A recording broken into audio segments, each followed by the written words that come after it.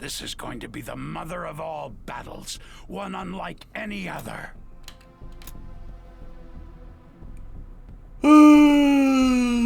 Okay, well.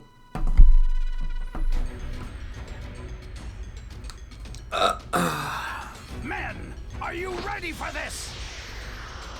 To battle!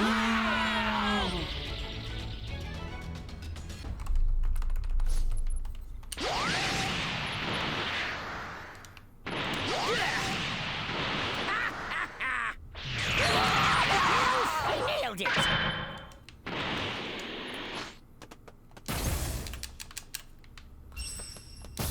I fucking love that I got this map. I can go hide the No fair. I'm gonna be done here in no time flat. I can go hide the Dragon Ball at the top of that place.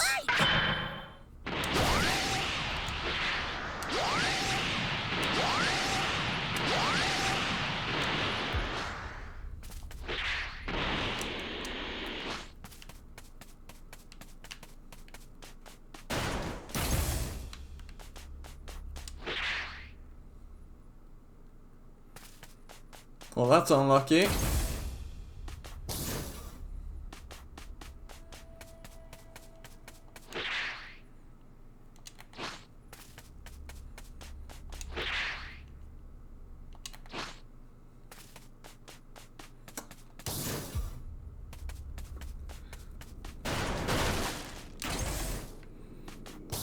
Dude, I just need like one more civilian.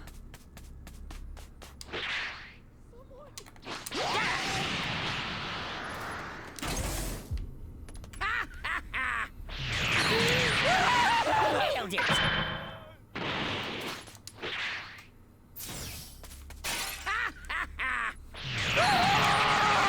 Nailed it! Hey, Goldo! Come on, it's my turn to play. Finished already? Who wants to die first? Take this! Here comes the pain! Become Ultra Fighting Bomber! Hey there! Boom! Damn it! Ugh!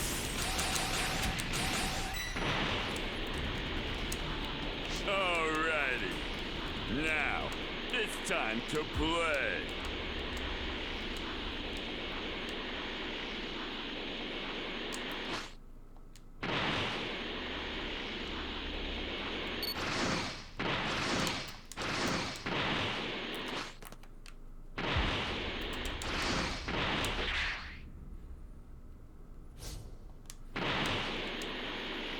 And C is the only place left here.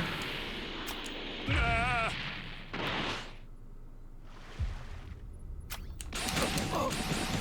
Let's go.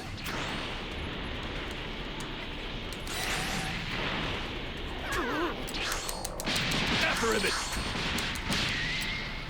Return!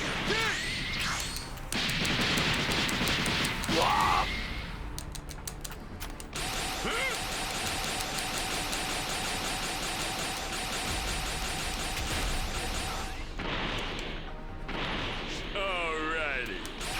Now, it's time to play. Nice going. Return!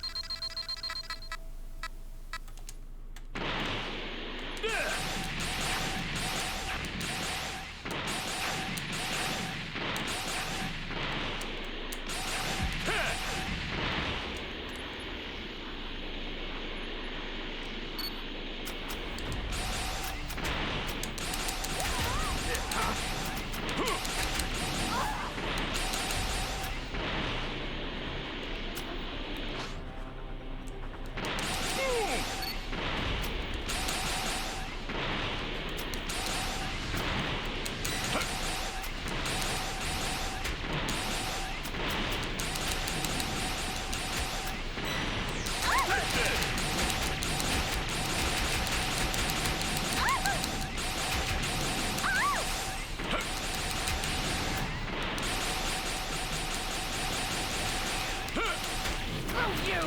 Oh no! Take this!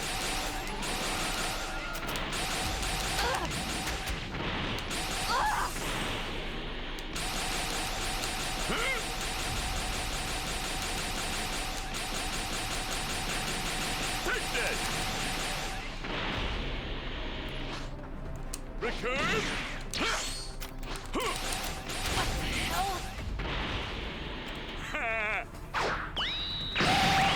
Nailed it! Raccoon! Stop messing around! Tag us in! Aw, just when I was gonna have some real fun. I'll take good care of you. And that doesn't mean I'm just gonna pet you on the head. You're kinda dead. What, you run out of power already, mate?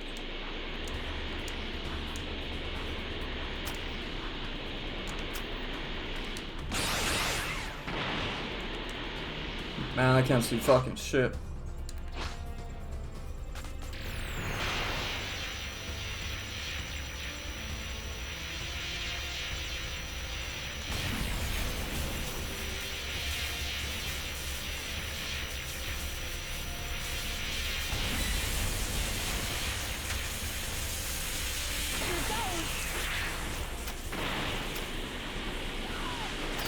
Find your energy!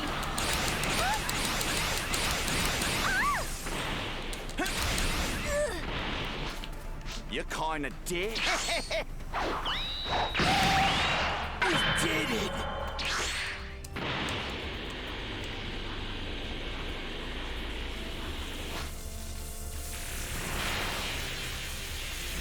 Guess we have no choice.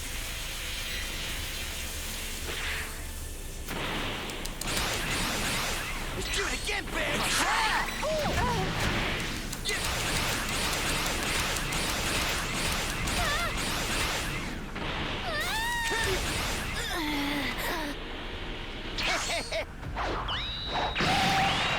Beautiful! You're kinda dead. What, you run out of power already, mate?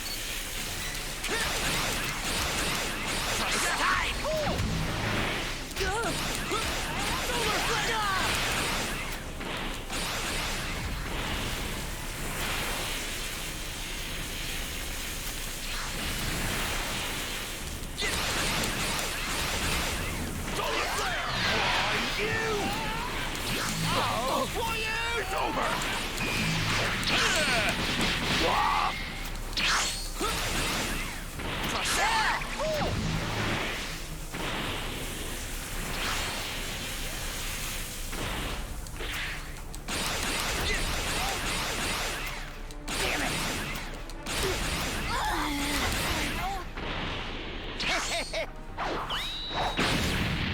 Beautiful! You're kinda...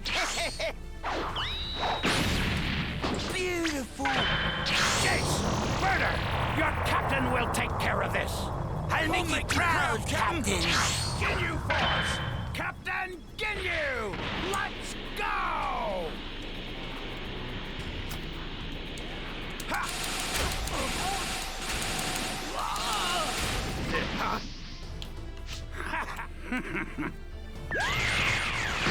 Ginyu Force! Ginyu! This is perfect!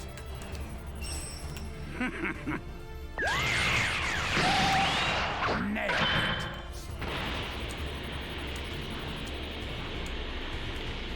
Fight! Ah!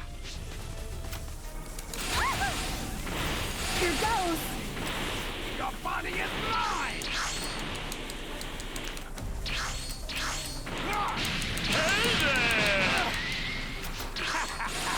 I'm sure this will make Lord Francis very happy.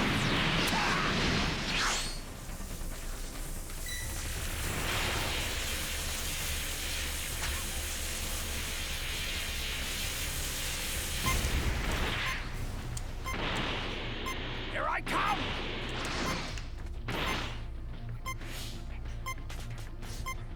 Here's a crash course in Ginyu 101!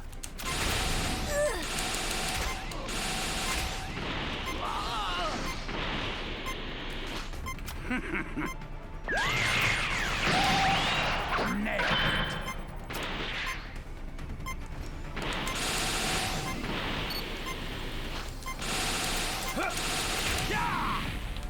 I cap. Nice.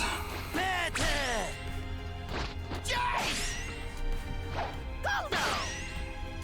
Genyu! Well, This is that was good. perfect. Maybe I'll get to C5.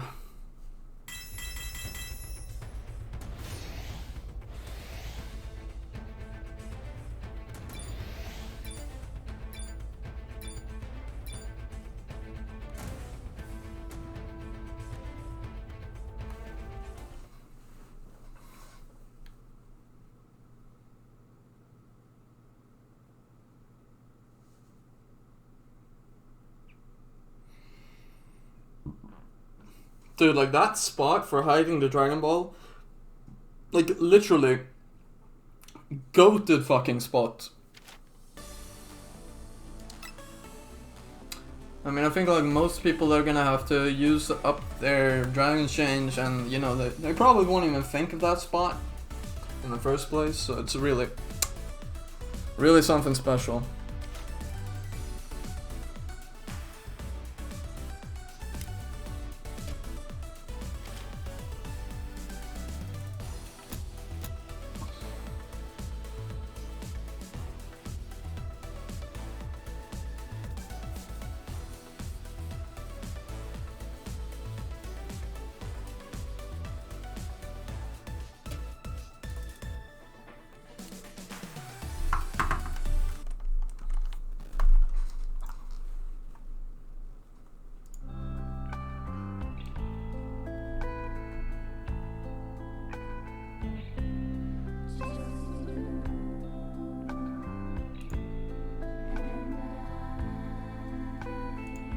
Alright, so recently Shane Gillis announced that he's partnering with Bud Light, which I think is a genius move from Bud Light because Holy shit, that was fast. Game's picking up.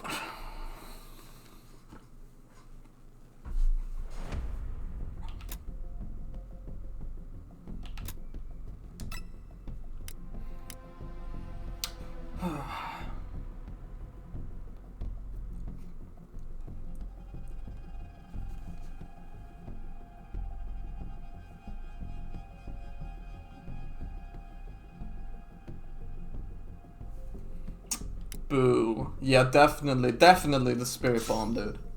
Oh, for sure. When he does that fucking giant explosion as level 2 Boo, like, just fucking perfect. Fucking perfect.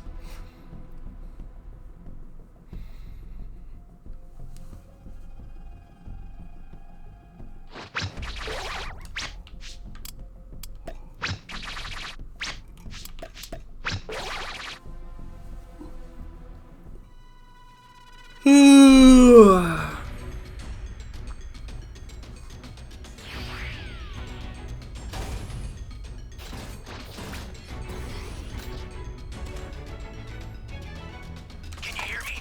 It's Trunks. I've set a super time machine, as well as a crate of supplies. Here's how to launch. Find the power keys, then place them in the right spots. Welcome. Close. You found a power key. Go slot it.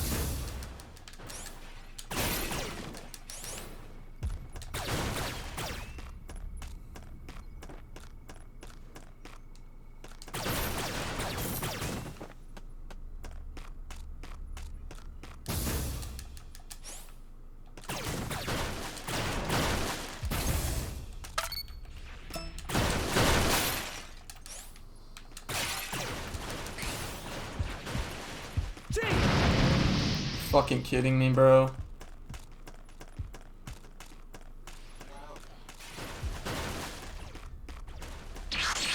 Flying Nimbus!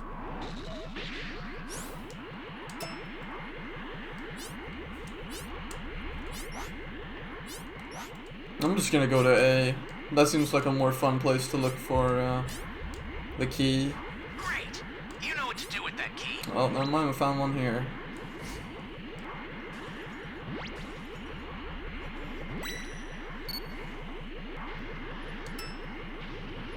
Never mind, he's coming there. That's a new power key. Place it now. Is the flying Nimbus like super good luck now? I just gotta fly around in this and we just find the keys. Where am I? Easy. Fucking easy. Someone save me! Where am I? Someone save me! Okay. There's 3 civilians around here. Someone save me!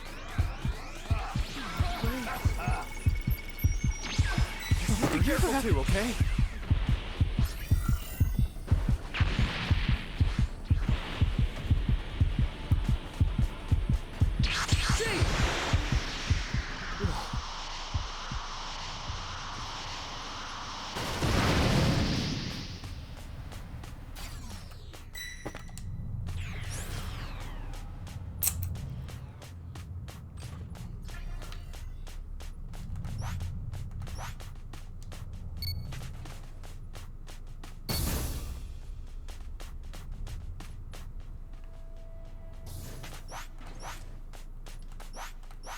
Could be that fucking side cave.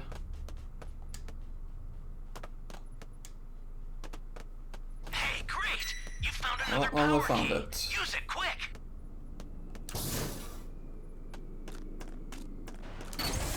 What I really want to do now is go set the key on this. Then he either has to destroy B or one of the zones we've already done.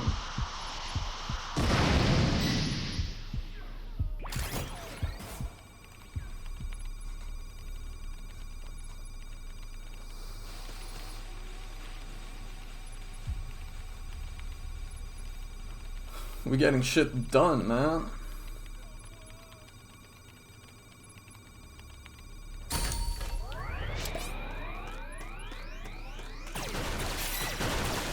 Someone!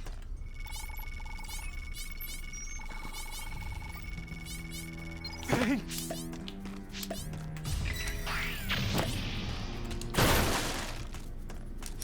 That's a new power key.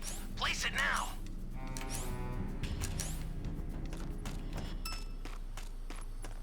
Yeah, he's not gonna area destruct.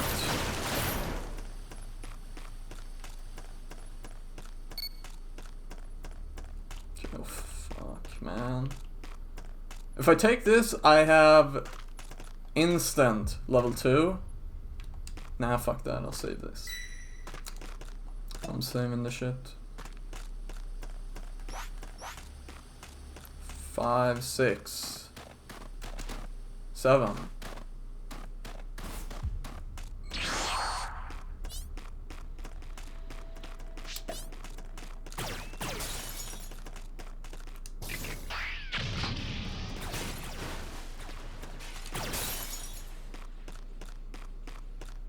This is bad. Somebody's down. Exercise extreme caution if you're going to help them. The startup system for the super time machine is ready. Head there now.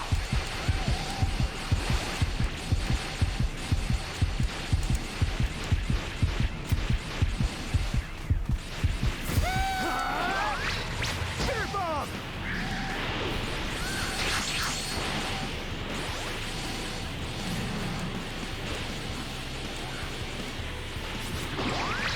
Fear bomb! Uh-oh.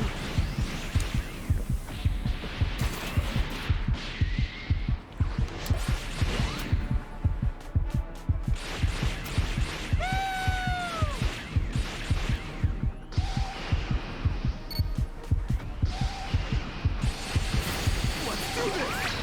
Fear bomb! Fear bomb! Fear bomb!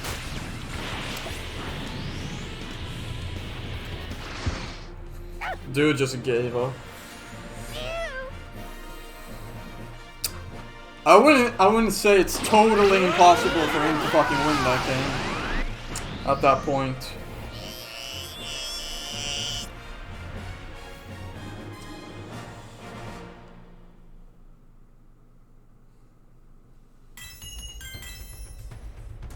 Bro, I didn't even get diamond. Are you...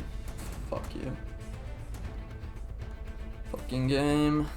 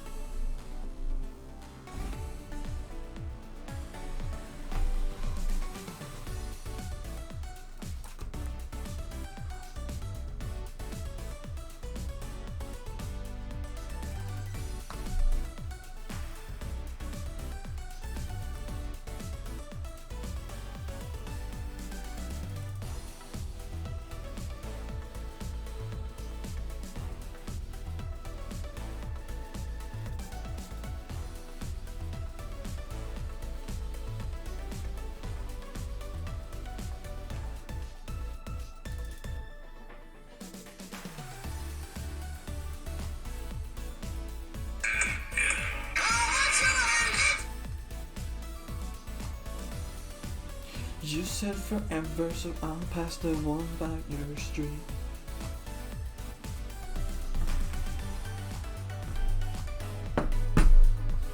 You said forever, now I pass the one by your street.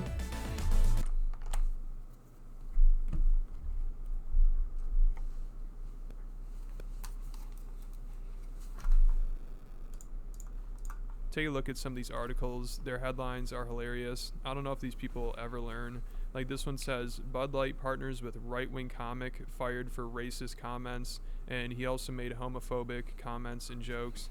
Another one says, Bud Light abandons trans folks and partners with anti-gay comic. Another one says, Bud Light trades Dylan Mulvaney for a conservative comedian who also has made racist and homophobic comments. So reading those headlines just makes me think Bud Light is officially back. You know, this is exactly what they needed. And Shane was the perfect person for this. You know, not only is he one of the biggest comedians and he was already a huge fan of Bud Light, but also, of course, people are going to try to cancel him again, or whatever you want to call this, and bring up his racist and homophobic comments, which is just funny at this point because Shane's not even a controversial comedian. And the only people that will take these articles seriously and be all outraged by this and try to cancel Bud Light are people that were never drinking it to begin with. And unless Shane comes out of the closet or something, this will only help bring back their old consumer base, because these headlines are perfect for them. You know, Bud Light hiring a conservative-friendly comedian who's made homophobic comments. I mean, that's the exact opposite of Dylan Mulvaney. So the people that were boycotting over that, they're probably gonna be like, oh shit, Bud Light's doing something right here. And I doubt Shane cares about the headlines. You know, he's probably more worried about his comment section because, of course, people are gonna be making gay jokes about it. And that's just what you expect. You know, nobody's really pissed that he partnered with them. People, they understand. Like, he's been drinking Bud Light the whole time. He never boycotted them. He's always been a fan. And people know this was a partnership he wanted. Like, he's mentioned a few times. Honestly, if you kill Jason Berter, Guinness should be level 3. Bud Light would be furious to know that you're not enjoying the products responsibly, like they're asking you to. Yeah, I know. Actually, yeah. People are like, how come he's not sponsored? It's like, because I drink 20 beers every time I'm on camera. They can't be like nice. And you know, Shane's doing a service here because he'll take an initial hit. People are going to be making gay jokes and trans jokes. But over time, you know, him and the UFC, who Bud Light just did a partnership with, I feel like that would actually make it more like so when you not complete bullshit. You don't have to worry about somebody giving you a look or making a gay joke about it or something. You know, Shane said that was tough to deal with. Like every show he did, whenever he'd have a Bud Light, somebody would have to make a remark about it. If you order a Bud Light, people go, yeah, what is it, your period? Like it's hard. It's hard out here, people dude. I've read that bar owners are stopping. They won't carry it because people who want it and buy it are getting attacked. Jesus, that's wild. It would start a fight. You order a Bud Light at a bar and someone's like, "Wait, you're fucking gay." What are you doing when you go to bars now? Dude, I stand straight. Look at this. No one's gonna beat up somebody for supporting trans in New York. But on stage, yeah, it's tough. Yeah. Bringing a Bud Light on stage, now 'Cause now- somebody's gonna yell. Yeah, It it's means going to something become different than it's it going to did. be a subject. And it's funny because also during this podcast, Joe said that Shane should be the new spokesperson for Bud Light and said he's somebody who could help turn it around. And it looks like they took his advice. There's nothing to be ashamed of, dude. I agree with you. There's nothing to I be feel like ashamed you of. should be the new spokesperson. You could turn this motherfucker around. They better hurry up and give me some money or I'm going to start drinking Coors Light. We were talking about the ways they could turn it around. And I think this was one of the best ways for them to do that. I mean, they did a complete 180 here. Like, it's crazy. Just less than a year ago, they're getting canceled for being pro-trans and LGBTQ, and now they're getting canceled for being anti-trans and homophobic, which is a lot better for their brand. You know, the whole Dylan Mulvaney thing was so stupid, because also after all that, she said that the response that Bud Light had to all the backlash was worse than not hiring a trans person at all, which again I think only helps Bud Light, because Dylan's basically saying the way they handled the backlash only hurt the trans community. So now the people boycotting could look at it like, oh, Bud Light actually handled the backlash pretty well, and hiring Dylan ended up being bad for the trans community, so maybe they did the right thing here. And now with Shane Gillis and the UFC deal, like, I think it's safe to say the Bud Light boycott is over. I mean, the fact that they're sponsoring UFC, like, I'd say most of the fighters don't agree with any of the trans stuff. Like Sean Strickland, you know, one of the biggest names in the UFC, this is what he has to say about it. Are you a gay man? I'm an ally of the community. Okay. If you had a son and he was like, you know, you had a son, he was gay, you'd be like, oh man, you don't want a grandkid? No problem with it. Oh man, well, dude, you're a weak man, dude. You're part of the problem. You elected Justin Trudeau. Like, here's the thing about Bud Light. 10 years ago, to be trans was a mental fucking illness, and now all of a sudden, people like you have weaseled your way into the world. Based. You are an infection. You are the definition of weakness. Everything that's wrong with the world is because of you. Yeah, so it's wild that in less than a year, Bud Light went from sponsoring Dylan Mulvaney to sponsoring UFC events. Like, those could not get further apart from each other. And the boycott was probably good for the UFC and Shane Gillis, because I'm sure Bud Light paid them a ton of money. Like, this was something they needed to do. You know, like this comment says, Shane is going to single-handedly make Bud Light not gay again. And then there's some other funny comments. Somebody said, shout out to Bud Light for working with the disabled. And yeah, why can't people see the positive in this? You know, instead of those article headlines reading, Bud Light teams up with anti-gay comedian, how about Bud Light teams up with pro-Down syndrome comedian? Down syndrome! Down syndrome? I'll do that. That was not my suggestion. But I will say this. I like it. I'm pro it. I have family members that have it. It's fun. Yeah, so I think people should look at the positive here. You know, Bud Light with this deal, they're also helping bring awareness to people with disabilities. So overall, I think this was a really smart move for Bud Light. And obviously for Shane, this was like his dream partnership. I mean, he's already doing a lot of free promotion for them. Like, whenever he's on Joe's podcast, he's usually drinking Bud Light. And like I said, he never stopped drinking through the boycott. So he is a loyal fan. And he's not going to let some gay and trans jokes stop him from pursuing his dream. So you got to respect it. And I'm sure more people are going to start reacting to this and talking about it. So it'll be interesting to hear people's opinions, you know, some more political people, what they have to say about it. You know, like this comment says on Shane's post, 1 sec, I got to ask Ben Shapiro if I'm supposed to be mad at this. And, you know, I'm sure there will be some people that are mad about this. I don't know if it's going to affect anything, but we'll see. So that's about it for this video. Make sure you go check out my Patreon account. There's a good video up on there about the time Matt and Shane played a basketball game against Luis Gomez and Big J, and it turned into a ton of drama. It almost destroyed their friendship. And there's also a video about how Sean Strickland thinks Joe Rogan abuses young Jamie. And there's just a ton of other stuff. There's over 65 videos. Most of them are over 20 minutes. And a lot of people say it's worth it. So where he talked about it, and I didn't see him mention anything about him being white, but he did talk about the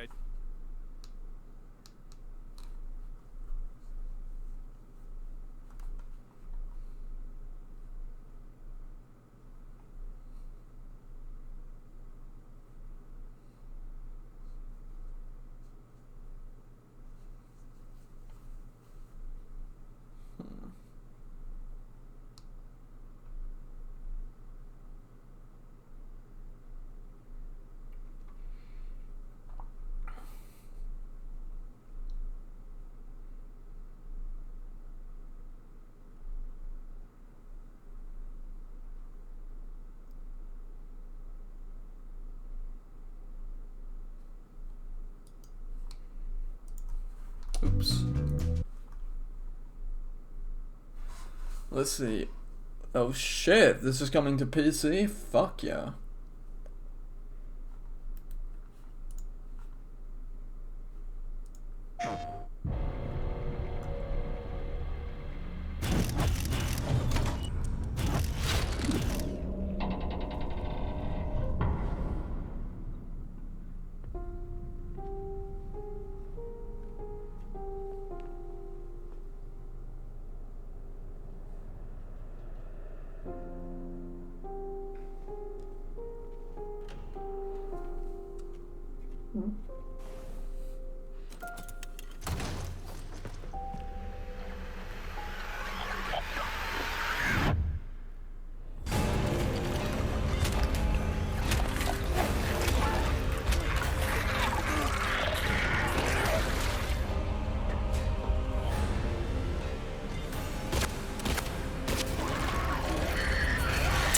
Those are the worst fucking gunshot sounds I've heard for a survival game, horror game.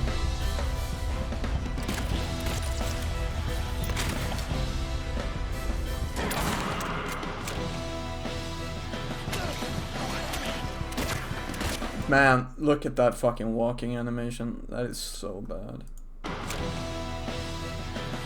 Oh man.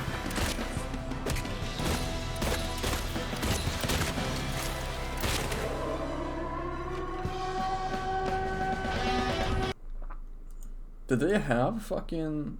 Did they use pipes in the original?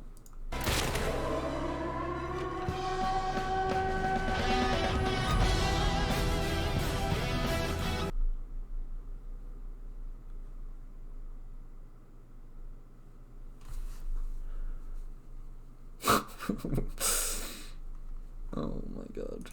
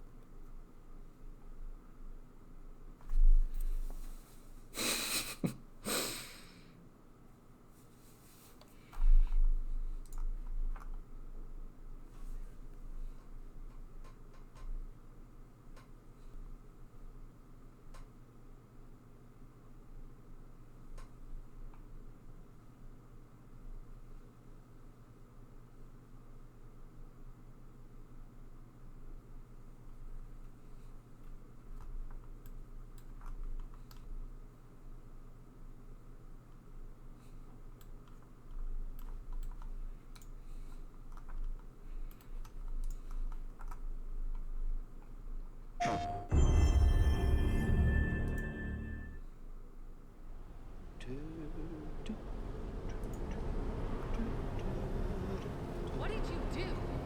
Just messing around, man.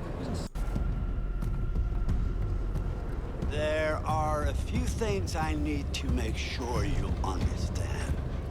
I'm going to give you 10 seconds. No, please, no. The past is beyond our control. Play your game. PC. That is what I like to see. Metro Awakening. VR. Maybe. Or not. Yeah, it is. The war. Never mind. Oof, the short message, another fucking Silent Hill type shit thing.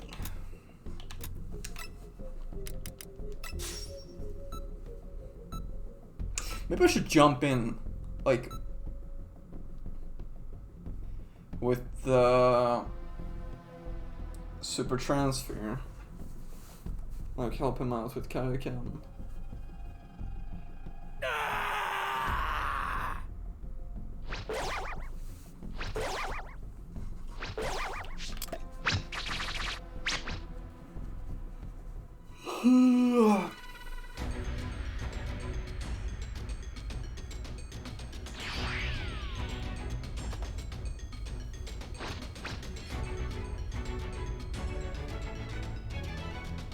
Can you hear me? It's Trunks. I've set a super time machine, as well as a crate of supplies. Here's how to launch. Find the power keys, then place them in the right spots. Oh my god, we have a hacker. Oh yeah, Brewery Go Go. Great. Well, I kinda wanna get my priority for this game, so I hope the Raider does not fucking Alt F4. But oh my god, dude, he is straight away attacking. It's over. It's over.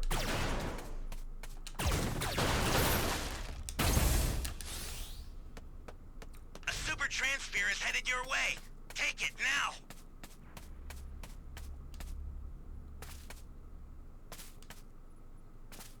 I hope whoever picks that shit does not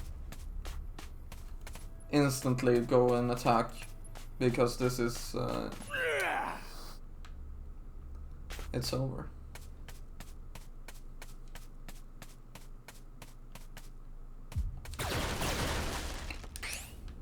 You found a power key. And I mean, why does this guy, like, if the Raider quits, you wasted your time. Like, it does not affect him at all. Hey, great. I don't understand why he doesn't just wait until like 12 to start attacking.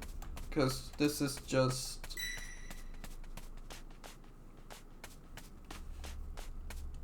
like, why?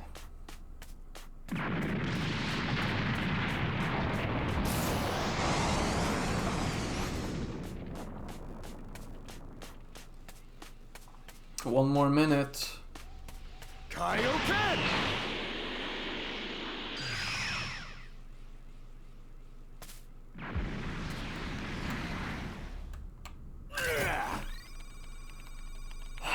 And now the super transfer is there as well. Like, guys, I knew it. I fucking knew he would. These people are retarded. Like, I get why the fucking hacker has, like, no fucking compassion at all for anyone else playing. But the fucking guy that picks up the transfer, like, can't you, like, do you not... How the fuck do you not know how the time works? And it's all because those fucking Spopovich players complain so much. It's like, well, if it's such a fucking problem, play another Raider. Like, if you're not good with one Raider, they shouldn't have to fucking balance it around your skill issues. That's the fucking risk you take picking Boo.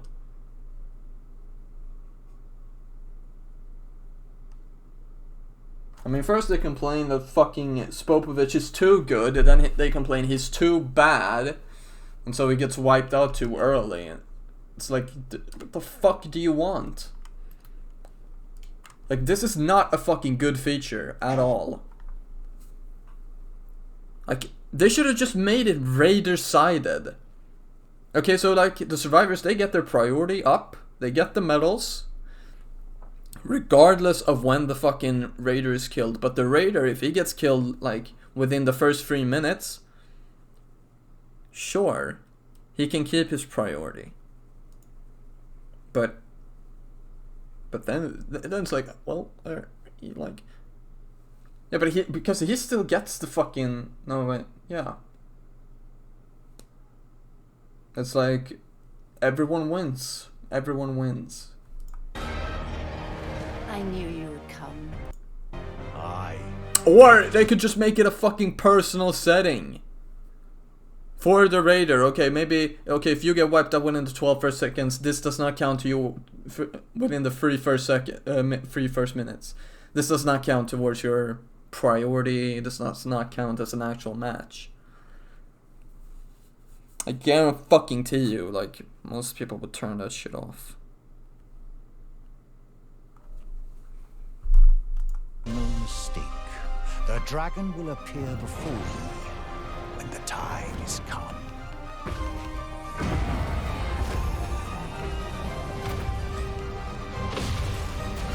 Look out, Arisen! We're under attack! Not here, you beast! Come and face me! Monster, watch out! You truly are formidable, Arisen.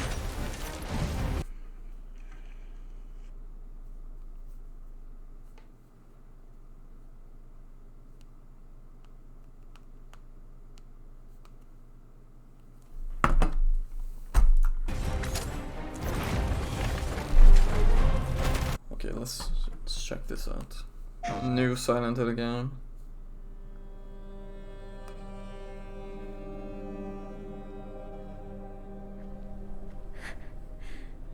Maybe I can be like her.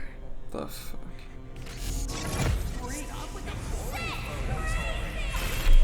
Bad things happen because it's you! Here goes.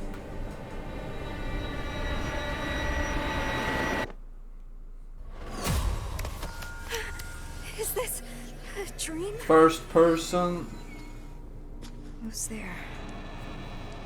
I mean, maybe it's like The Room, where it's like partial first person and then third person. Cherry blossoms bloom within the grasp of death. What are you hiding inside? Maya?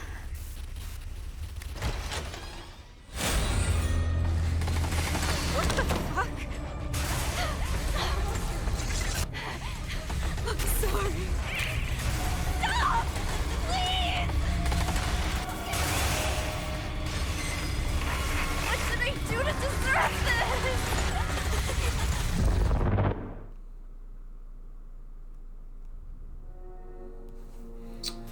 The short message. Oh, a short game.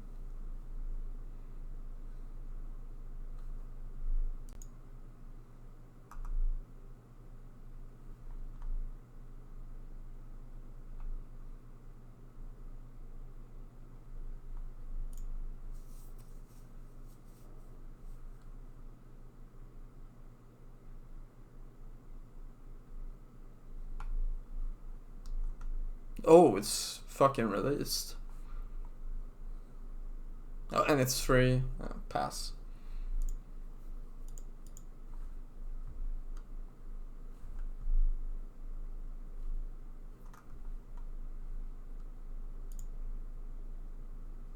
And VR. Maybe, right? It was VR. Yeah, that's fucking VR.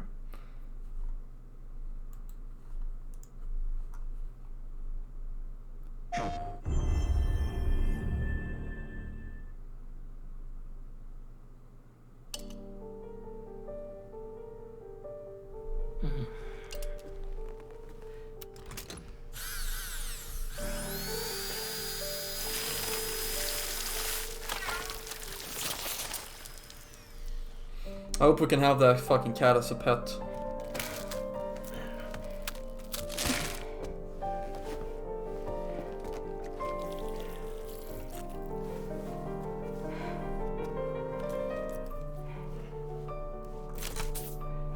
Nine-minute announced trailer.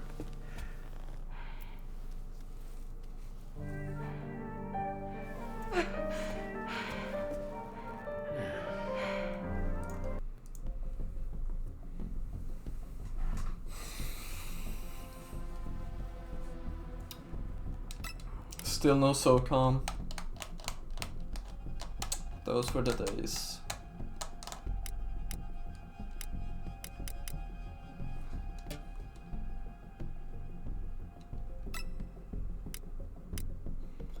Well, at least there's no hacker this time. Well, at least there's no hacker this time. Well, at least there's no hacker this time. What do I want? What do I... Spirit Bomb?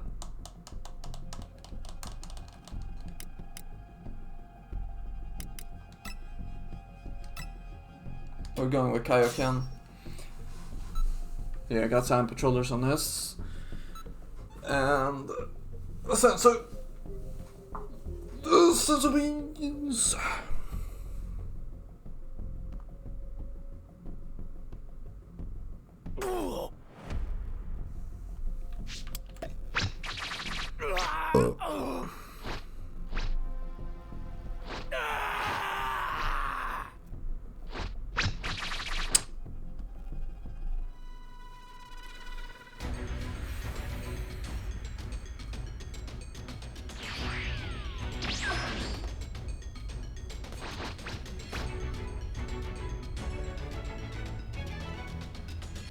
Can you hear me? It's Trunks. I've set a super time machine, as well as a crate of supplies. Here's how to launch. Find the power keys, then place them in the right spots.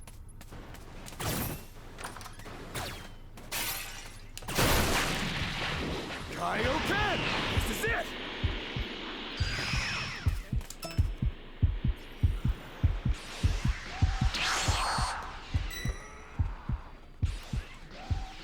Flying Nimbus!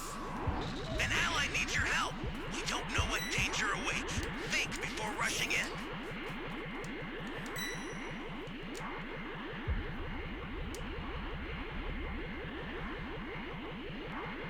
I sent you a super transfer. Use it to hold the enemy back. You found a power key. Go slot it. You're my savior. This is bad. Somebody's down. People just dying left and right.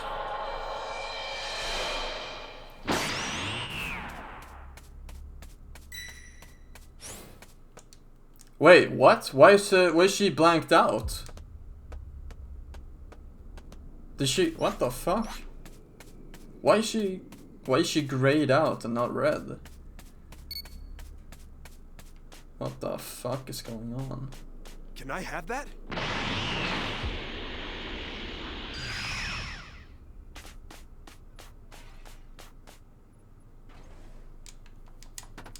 Nice.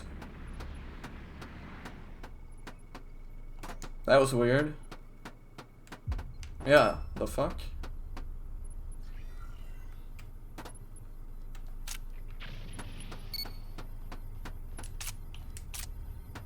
Well, thank you. You just gotta find the keys.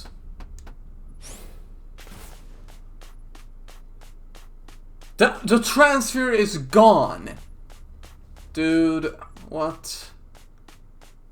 How can you mess up? Great. You know what to do with that. Who's this guy? Rolling? What the fuck? This team ain't it. Just open boxes, get the travel distance diamond. Just get all the diamonds you can. Make it worthwhile.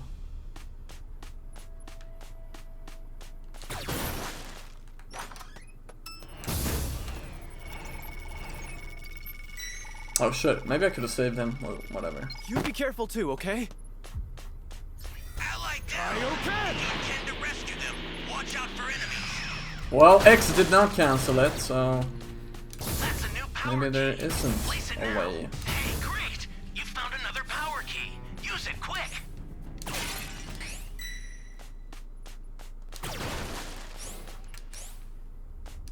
Come on, do your super.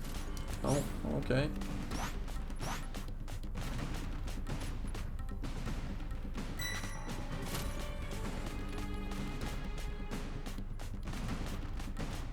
A super transfer is headed your way. Take it now.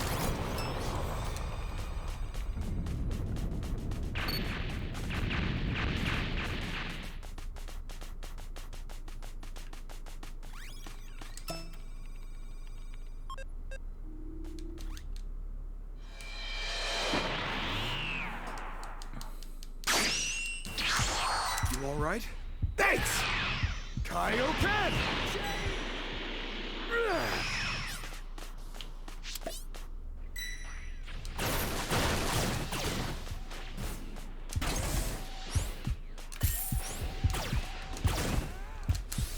They're close. Johanna. Let's do this! Kaioken!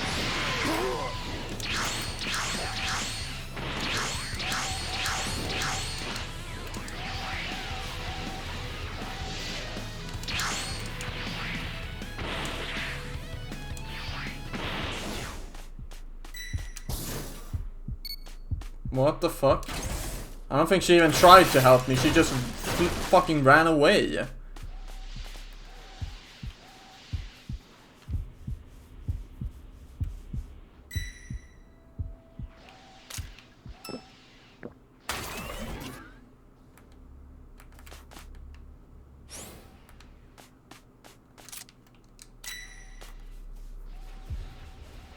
What the hell is she doing?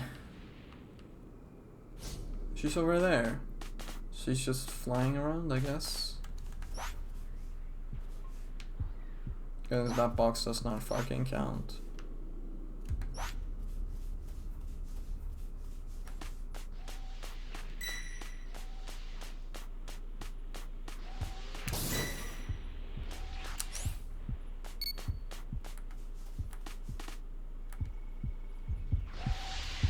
You serious?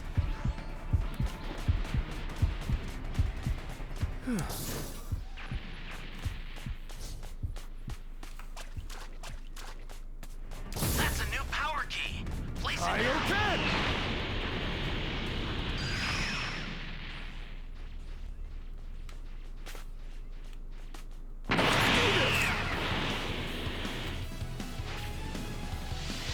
Close. See me?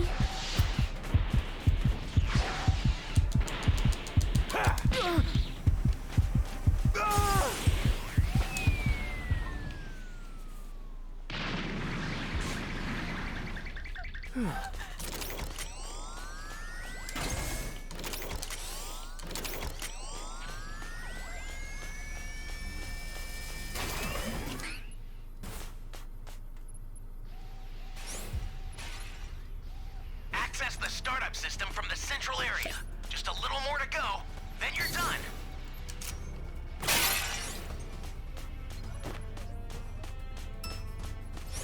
Kaioken!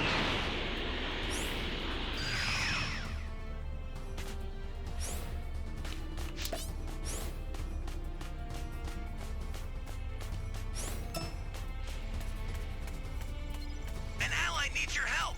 We don't know what danger awaits. Think before rushing in.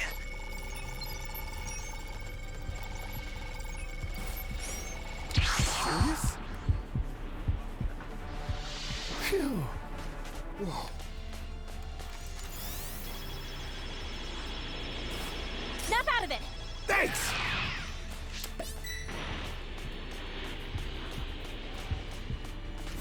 Ah!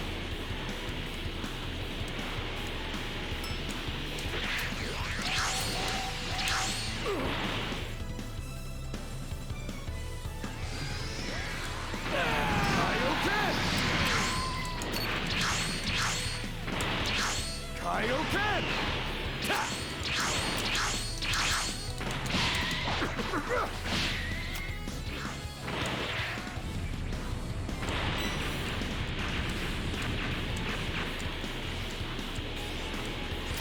I'll send some supplies to help. Make good use of them.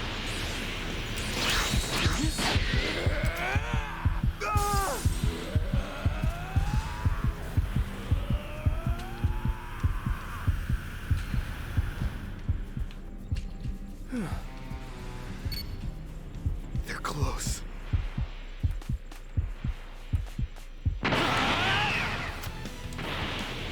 Kaioken!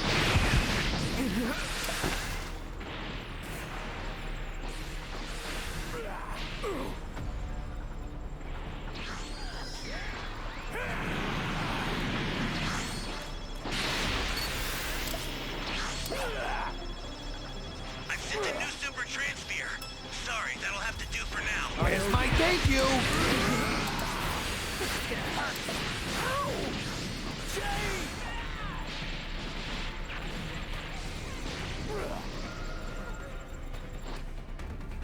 Well, I'm dead. Fuck this.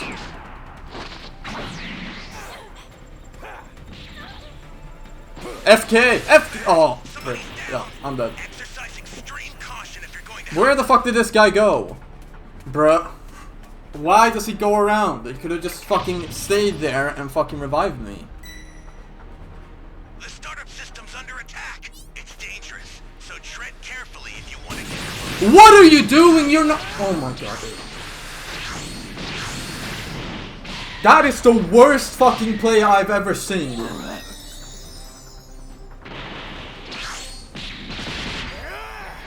It would have been way better if you just played around the STM. She's just gonna lose it now. Yeah, it's over. It's over. Trash. Absolute fucking trash. Every fucking time she's in my game, she just completely fucks everything up. I don't know why she was always the one taking the fucking transfers when she plays like a fucking girl.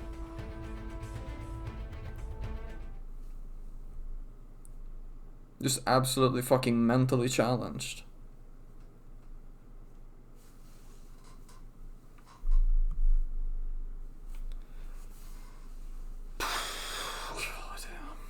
All that time waiting for a game and, you know, you get the worst fucking player ever. Taking the important fucking roles and doing fucking nothing with them. Amazing.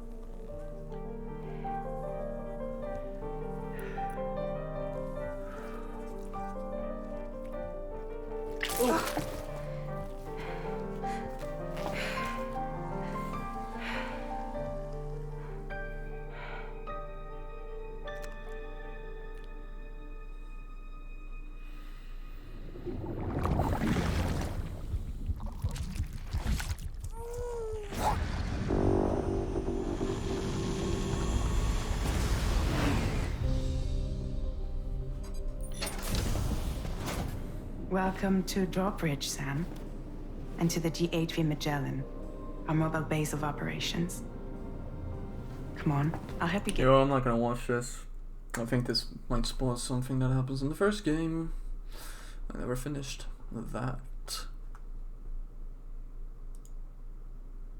And this looks like... something.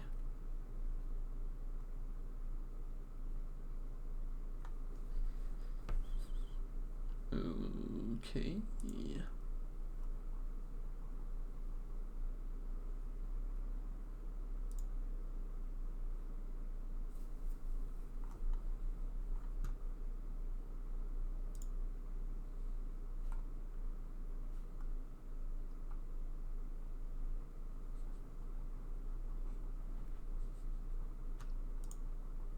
Hey friends, welcome to Buckshot Roulette. By the time I'm recording this, this game has already gotten really popular.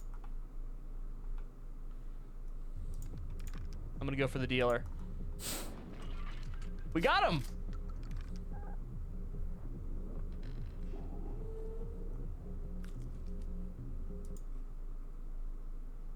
Last time?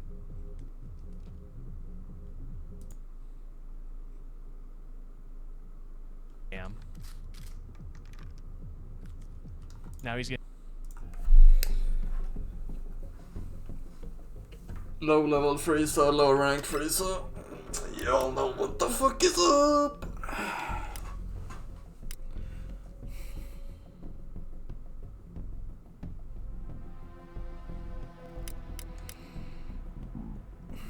Actually, maybe I'll just follow him at a level 1. Beat his ass with the Spirit Bomb. Could work, could work. He probably doesn't even know what the fuck that is.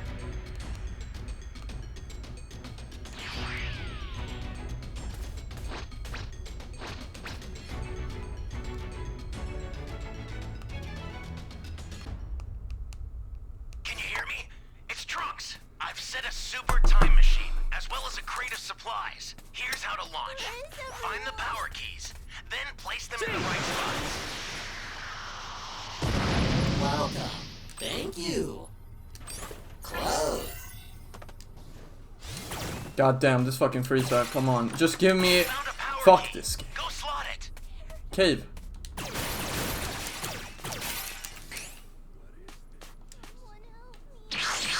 Flying Nimbus!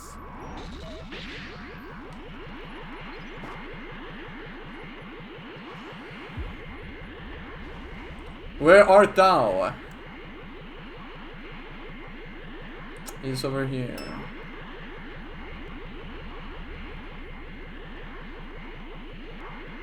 That's where, there he is.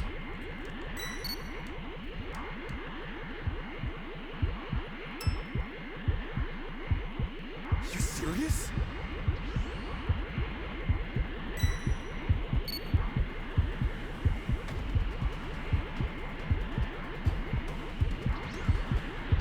That's a new power key. Place it now. Whoa.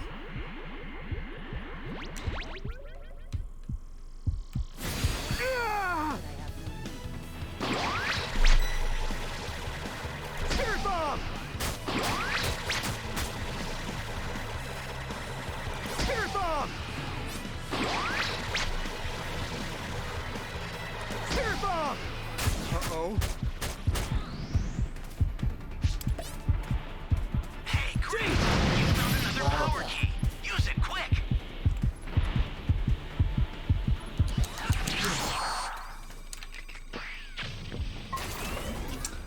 Nice! Dude, that actually worked pretty well. But it, yeah, I mean that's... Was that basically like 1 Super Spirit Bomb damage? I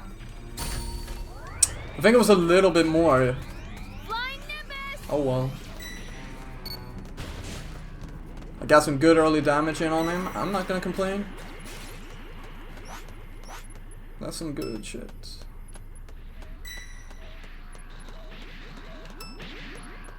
Welcome. Oh, he's over there. I want that. Welcome. Close.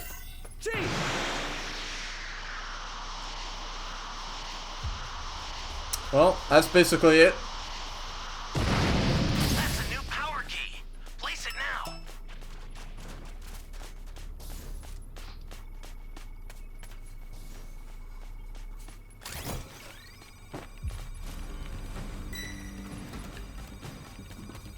Welcome. Close. You know what? Really, what you should, maybe what you should be focusing on with area destruction, especially as Frieza, is probably the good summon spots. Because you don't, do you really want to deal with that? I don't think so. That would not be very fun. Well, They're close. Let's do this. now he hasn't used his evasive, so I'm gonna wait.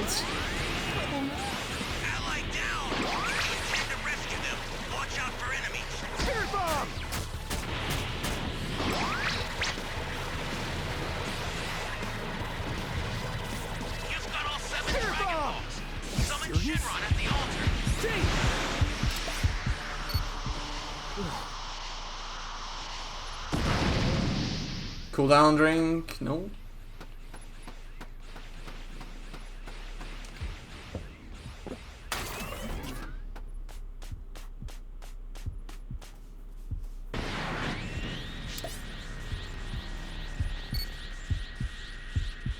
You serious?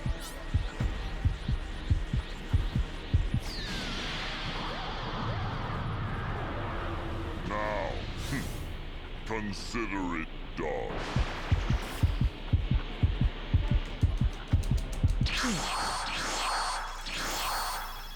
You alright?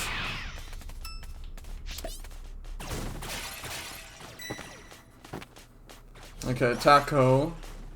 It's over there.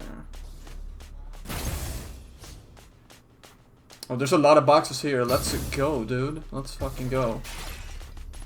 God damn. Hey, great! You found another power key. Use it quick.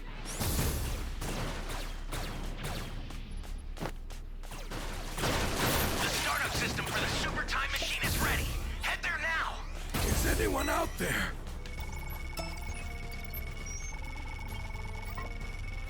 I'm grateful.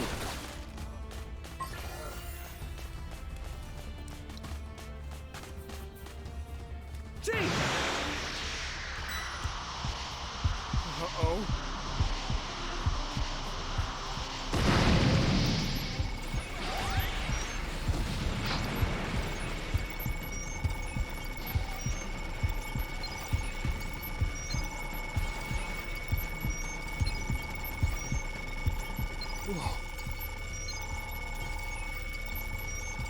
Dude. What is he doing? He's level 3. You could be helping the fucking level 4 right now. You know, it's good now while he's fucking level 2. Which is not gonna be for much longer.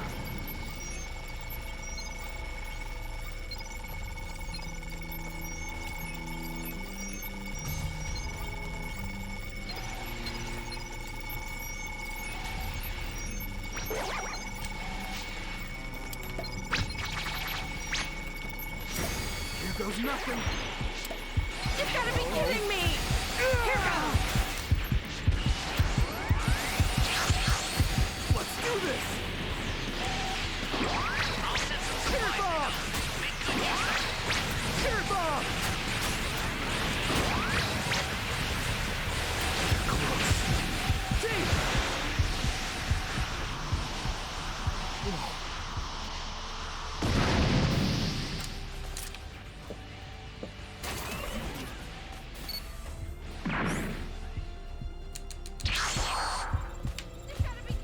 Jeez.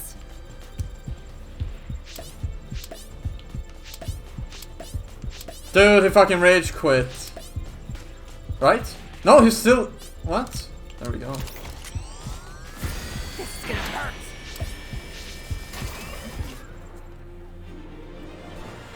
What? His internet just took a dump. a really fucking huge turd of shit.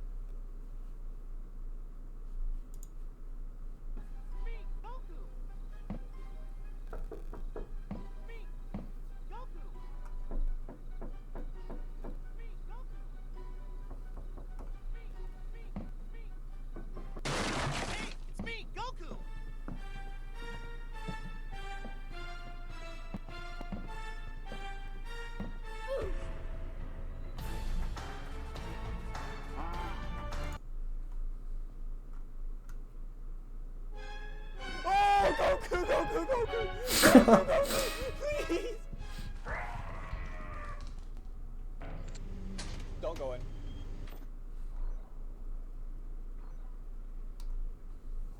I'm leaving. Oh, Goku! It's me, Goku!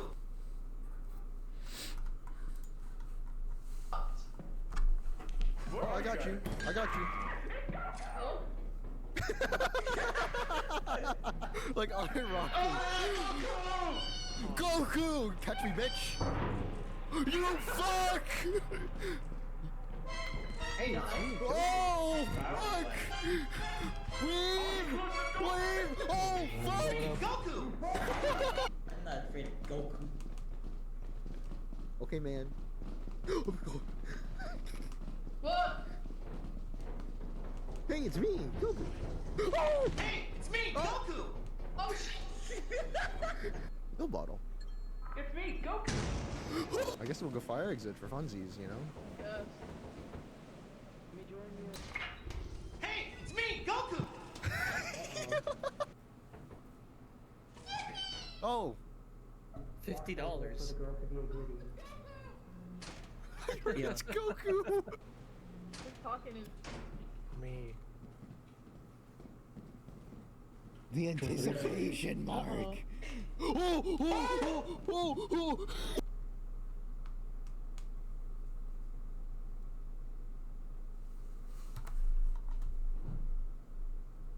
Oh my god, a fire exit. Oh.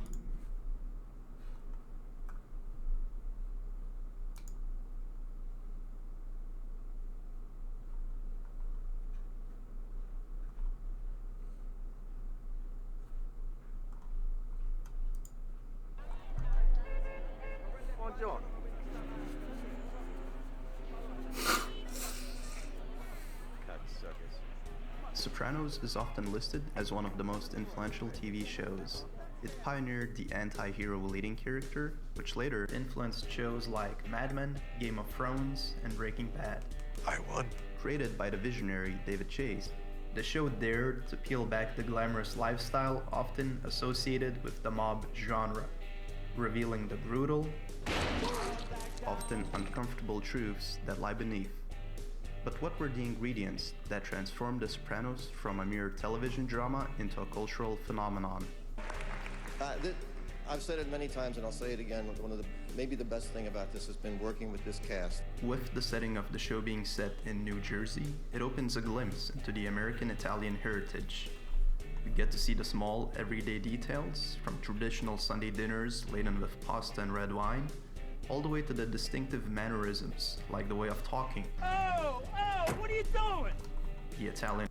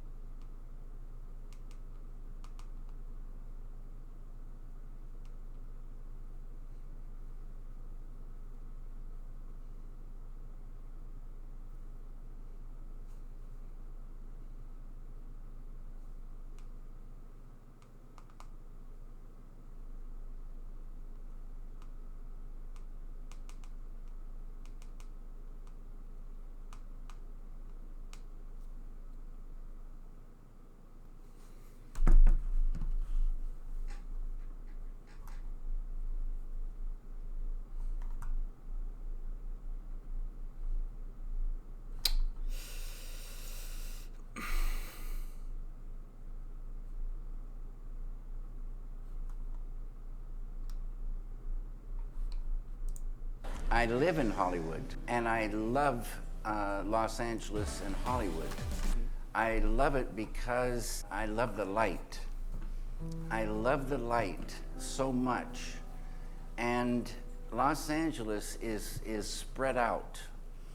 And I don't know what it is about it. I have a feeling of freedom in Los Angeles. So it's the light and freedom. And it's a kind of a great feeling there for me. I've never made an out-and-out studio picture. The studios have kind of been on the periphery of a couple, but I've always worked with a producer or a financier on his or her own. So I'm in the city with them, but I don't work with them. And Hollywood is always changing, and so it's not ever exactly the same, but there's certain generalizations you could say. I live in Hollywood, and I love Los Angeles and Hollywood. I love it because I love the light. I love the light so much. And Los Angeles is spread out. And I don't know what it is about it. I have a feeling of freedom in Los Angeles. So it's the light and freedom. And it's a kind of a great feeling there for me. I've never made an out-and-out studio picture. The studios have kind of been on the periphery of a couple, but I've always worked with a producer or a financier on his or her own. So I'm in the city with them, but I don't work with them. And Hollywood is always changing. If you drink, you need to try this recipe for Skyrim mead, which if you don't know is ancient honey wine. This is one of my most popular recipes in my book, and it starts by combining raw honey in a gallon glass jar. I use wildflower, but any kind of honey will work. Here I'm adding juniper berries, followed by yarrow flower and hibiscus. I did link these ingredients, but they're all easy to find. Now I'm adding spring water and some brewing yeast, which will cause us to ferment. After mixing everything together and adding an airlock, this will begin transforming into mead over the course of 30 days or so. You have to be careful when fermenting beverages because besides alcohol, they also release CO2 gas, and so that's why you need an airlock. This actually got up to 14% before I moved it to a new vessel, leaving everything but the liquid behind. After this, I let it age for a few months, which, like wine, drastically improves the flavor. Like all the equipment you use when brewing, it's important to make sure your bottles are properly sanitized, especially if you want your mead to be good for a while. A properly made batch of mead can last years. Now, last but not least, we're transferring the finished product into bottles and sealing them with corks. If you don't have a corker like this, you can also buy flip-top bottles, which work great too. This recipe always turns out great, and I hope you give it a try. If you drink, you need to try this recipe for these actors shooting a movie scene, but officers mistakenly think they are real robbery suspects. 1, 2, 3. Holy look at all them guns. Whoa, that didn't work. Let's just say this never happened. Okay, bye. Drop the gun now! Drop the gun now! Drop the gun! Drop the gun! We're doing a movie. Excuse me? Step back, step back, step back. We're doing a movie. Get down on the ground. Hey, you guys better get out here, man. Hey, stay inside! Stay inside! These actors shooting a movie scene, but officers mistakenly think they are real robbery suspects. 1, 2, 3. Holy look at all them guns. Whoa, whoa, whoa, that didn't work. Let's just say this never happened. Okay, bye. Drop the gun now! Drop the gun now! Drop the gun! Drop the gun! We're doing a movie. Excuse me? Step back, step back, step back. We're doing a movie. Get down on the ground. Hey, you guys better get out here, man. Hey, stay inside! Woke Democrat congressman in hearing room decides to show everybody. Fuck yeah, dude.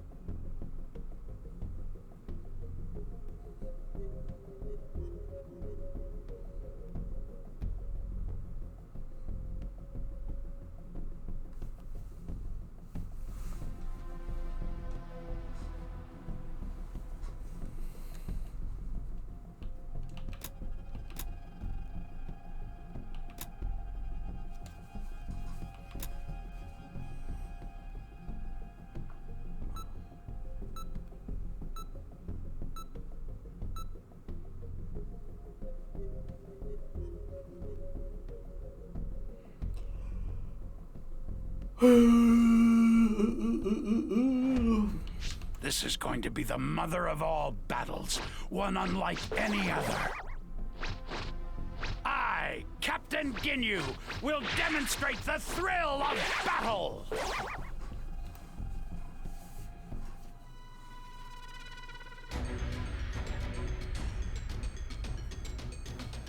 Men! This is actually a pretty good spawn for Guldo. To battle!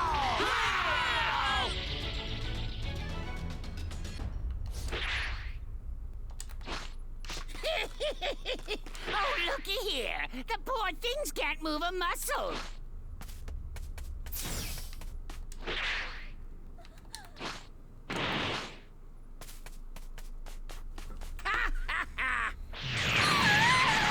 We nailed it. Unfortunately, there's not going to be a good spot to place the Dragon Balls this time.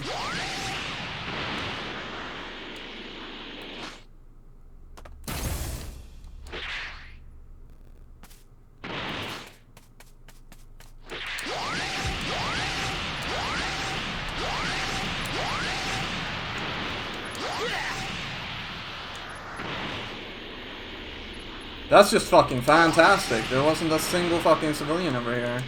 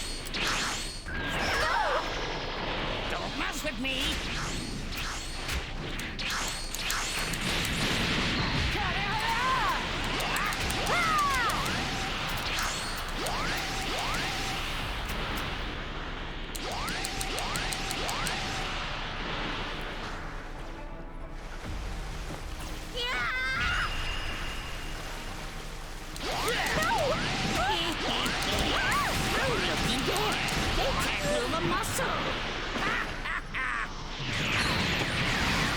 Really gonna do this? She really tried. She tried. Turn to play. Finished already? Who wants to die first?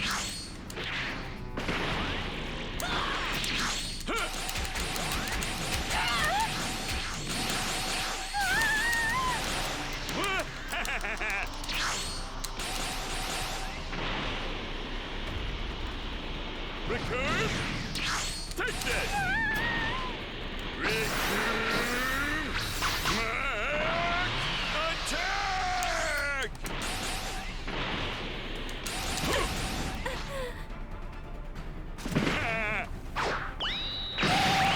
Nailed it! You're nothing but a bunch of lousy pushovers. Return! Return! Attack!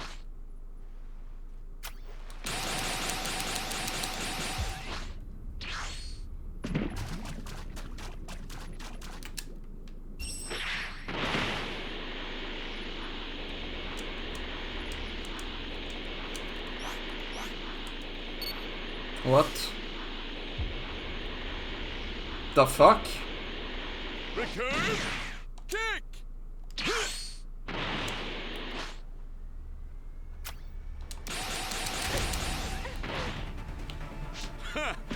You're nothing but a bunch of... Nice going!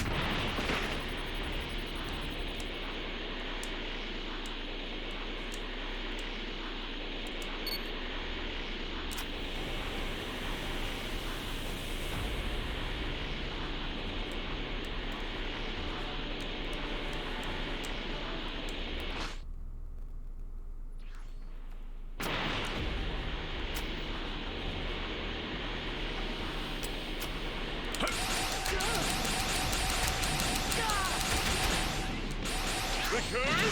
Kick!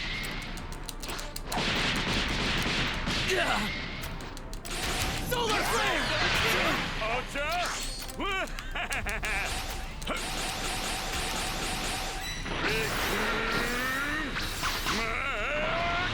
Attack!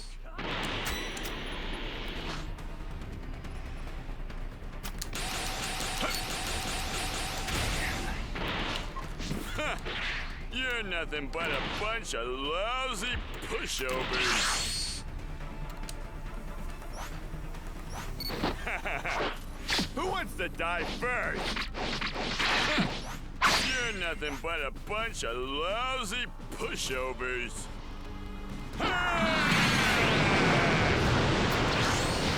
Take this! Return! Kick!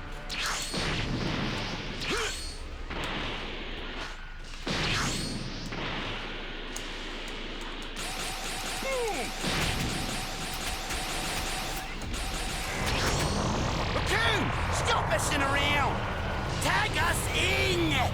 Aw, just when I was gonna have some real fun. I'll take good care of you.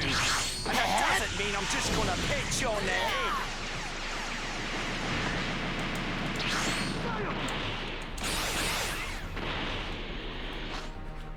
Yeah, that's what I thought.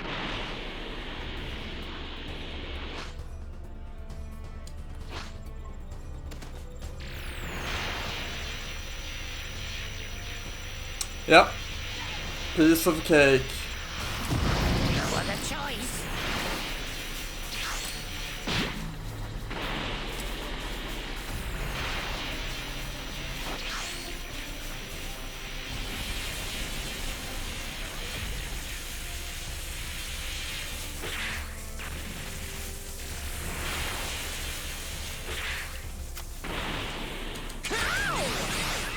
Here goes. You're kind of... Beautiful!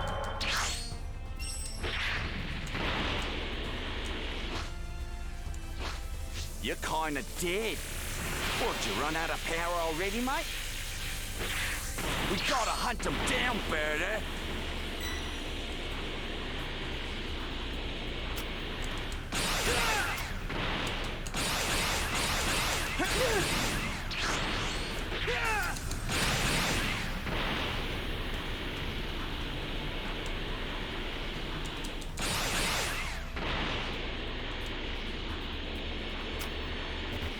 Let's do it again, Berta.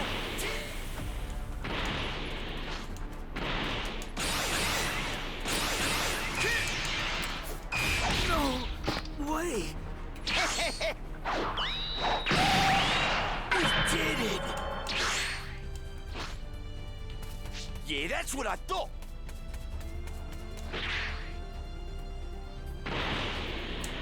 Let's do it again, Berta.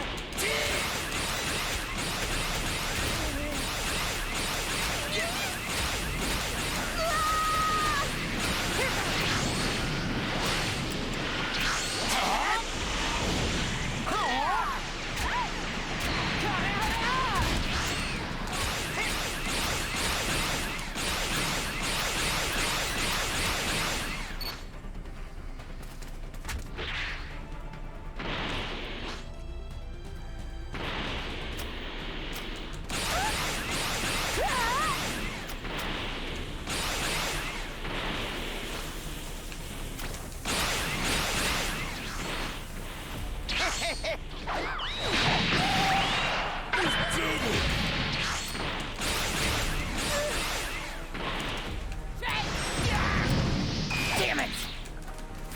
This is gonna hurt. Crush that!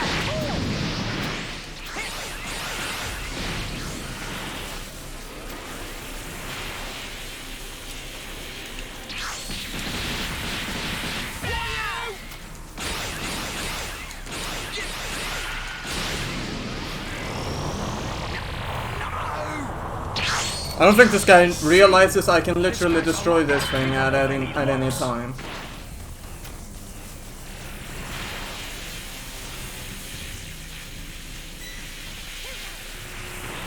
I, Captain Ginyu, will demonstrate the thrill of battle!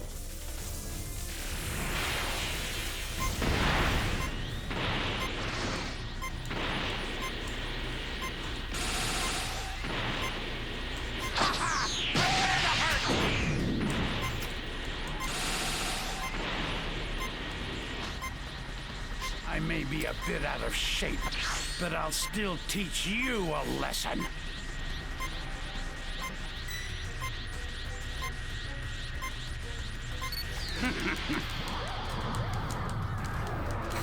Now, understood.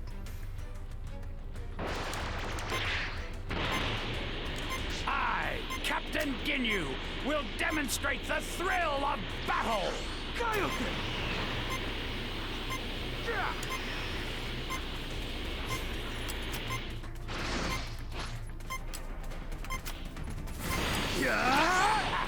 I'm sure this will make Lord Frieza very happy. Fine, I'll let him get some fucking... Know your place! Dude, just don't go in for a melee. If you want to get versus Raider, just fucking... Why is... Yeah, okay, sure, dude.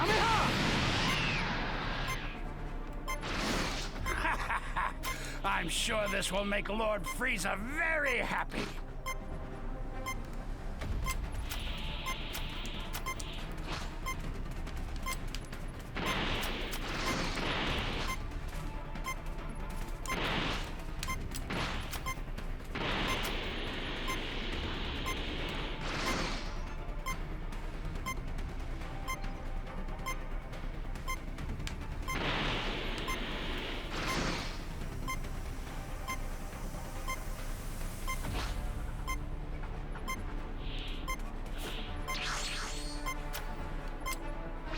I seem to have underestimated you.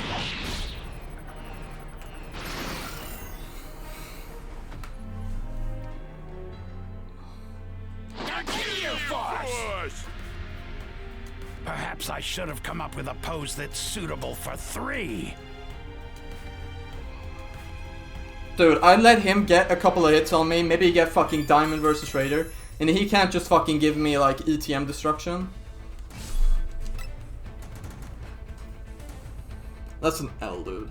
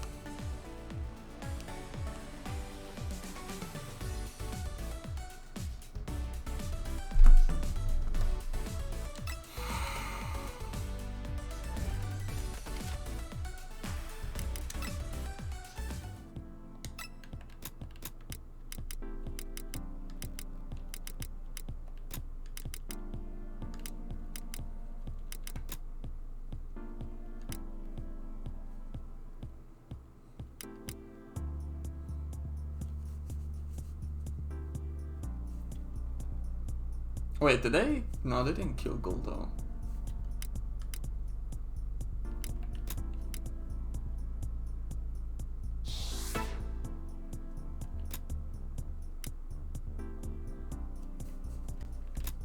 I mean, Raccoon is pretty fucking easy to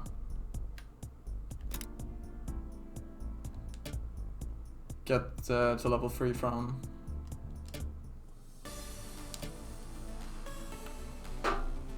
Well, I'm almost Z2. Probably the next Raider game I'll get to that rank tier. It's a joke. Yeah, I don't really want to play that fucking game.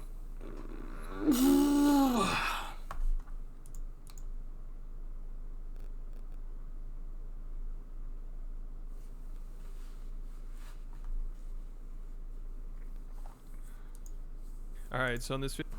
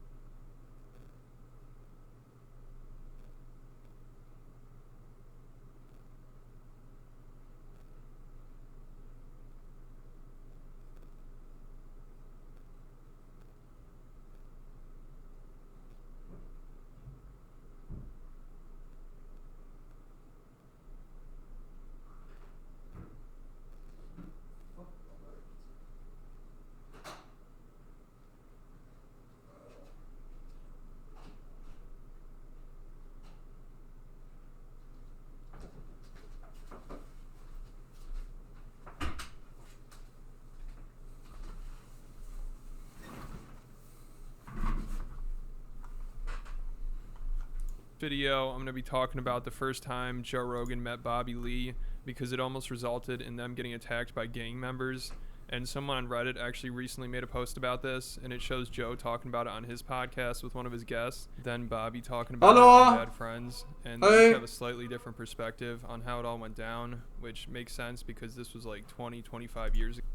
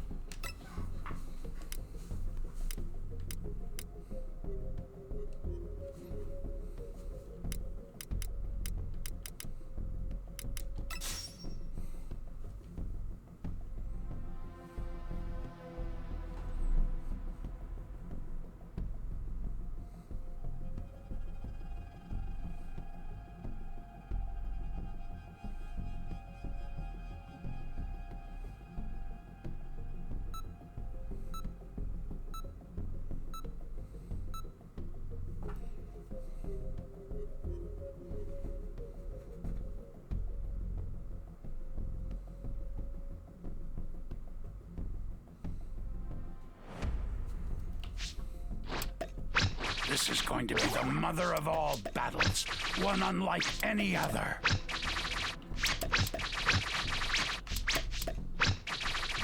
I, Captain Ginyu, will demonstrate the thrill of battle!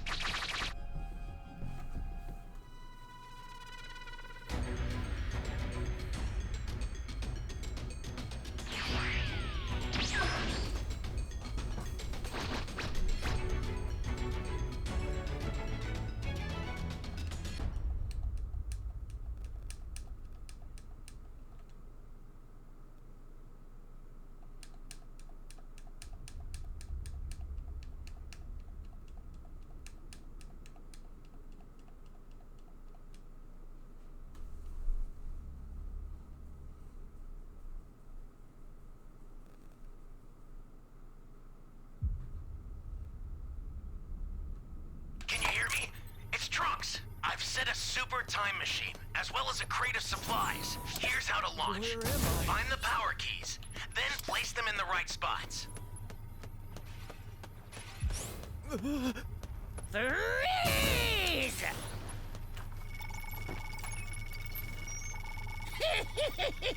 Oh, look You be here. careful too, okay? The poor things can't move a muscle.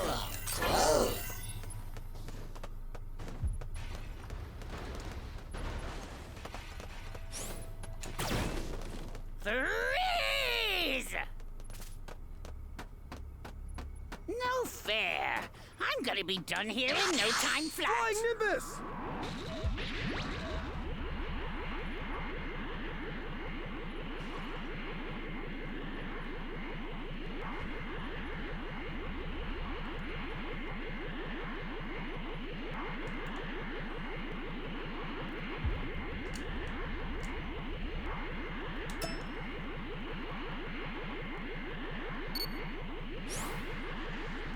Freeze!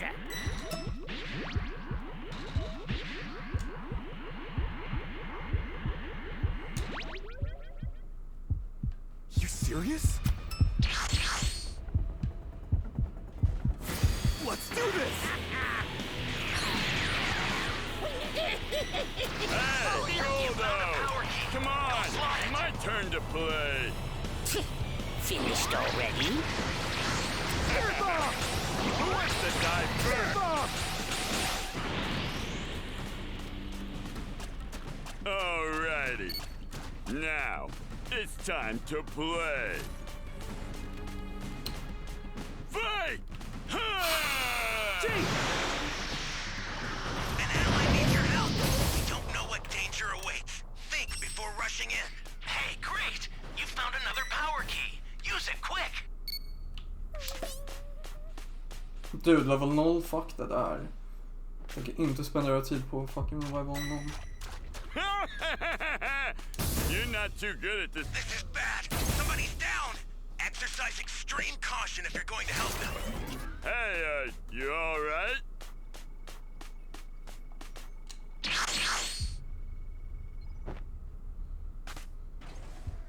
Uh-oh.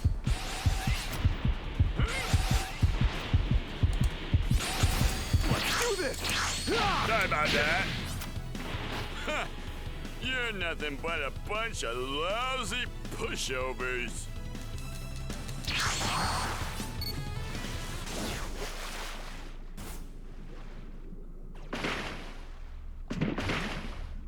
An ally needs your help. We don't know what danger awaits. Think before rushing in.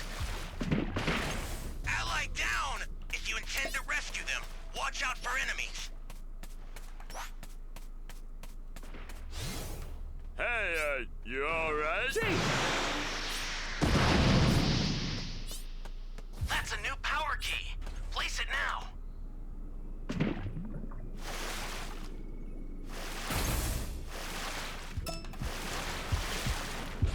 Uh-oh.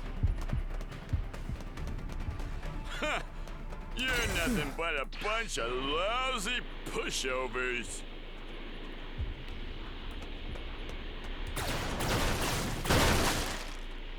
Alrighty. Now. Flying Nimbus! You're not too good. Somebody's down! Exercise extreme caution if you're going to help them.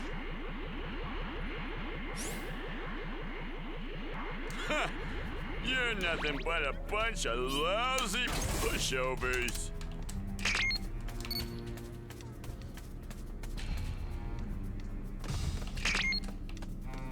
Hey, great! You found another power key. Use it quick.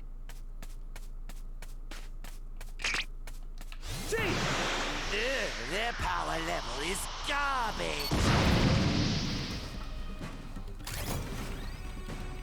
We're the Ginyu Force, the most elite warriors in the galaxy. Let's show this clown what we can do. Go ahead and run. Run for your life.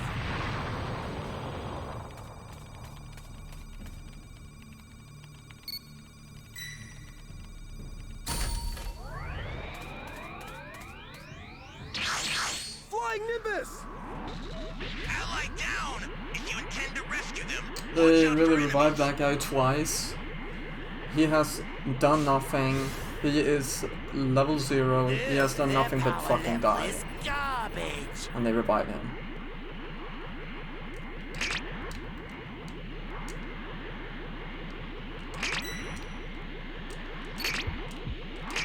Uh-oh. It's time. that's a new power key.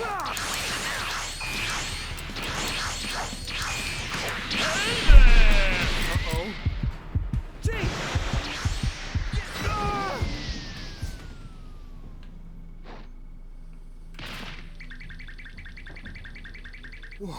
Their power level is garbage.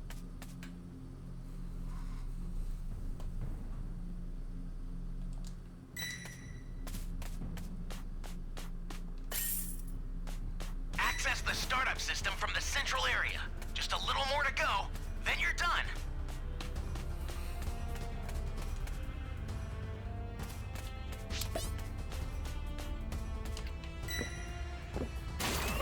I want An ally needs your help.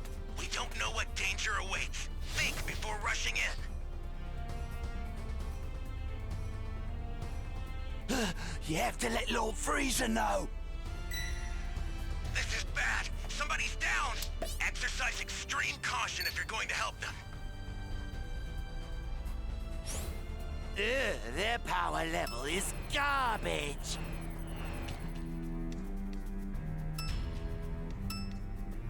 I'll send some supplies to help. Make good use of them.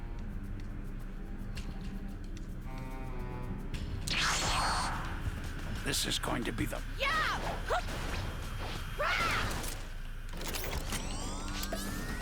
Fight!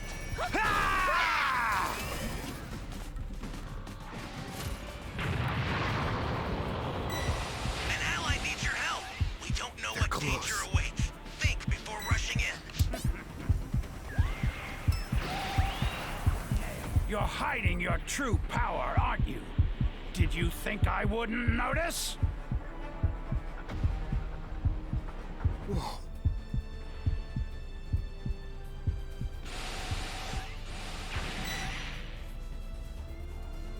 Gee!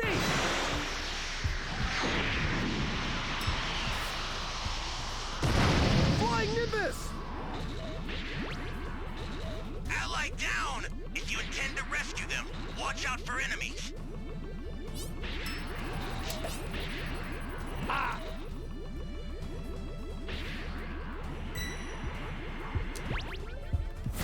Let's do this!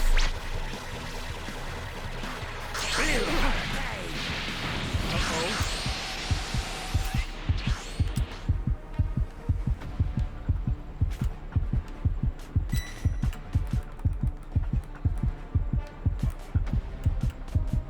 Thank you kindly. You're hiding your true power, aren't you? Did you think I wouldn't notice?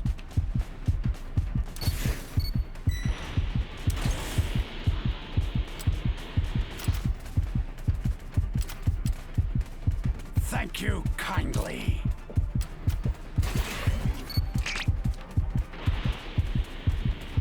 Gee!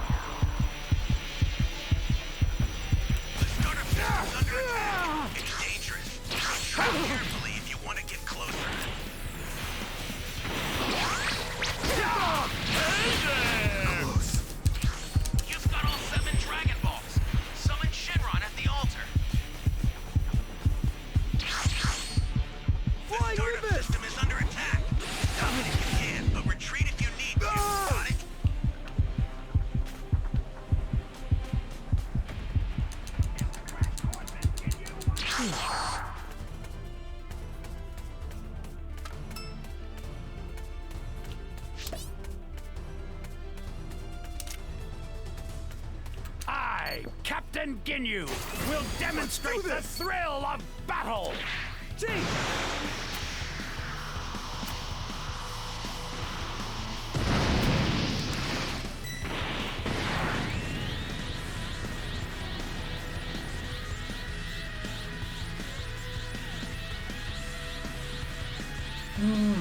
Force Shenron! Now it shall be done. I will grant your Storage systems destroyed. The escape time machine's almost trapped. You need to head for the beacon that's indicated by a blue light. Keep up! Thank you kindly.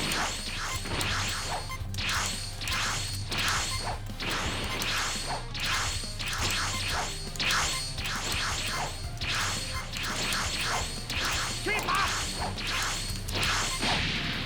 Fight! Set the escape time machine. Use it to Keep get up! out of there. The escape time machine is back. Whenever you have a beacon, you can call it again. Fight! Keep up! I'm sure this will make Lord Frieza very happy. Ha! Yeah! Yeah! Ha!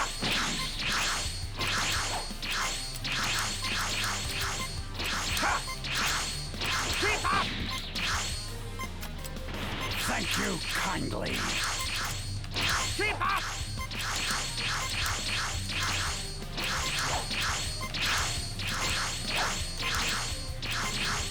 Keep up!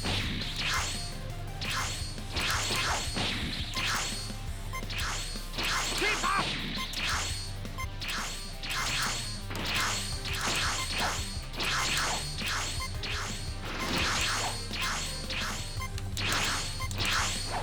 Keep up!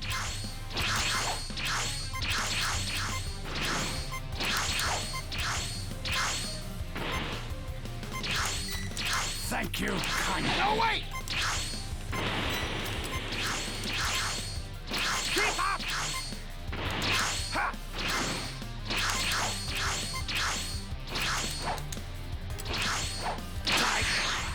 Raccoon! Better! Jace! Ginyu! Together we are the This is perfect! Force!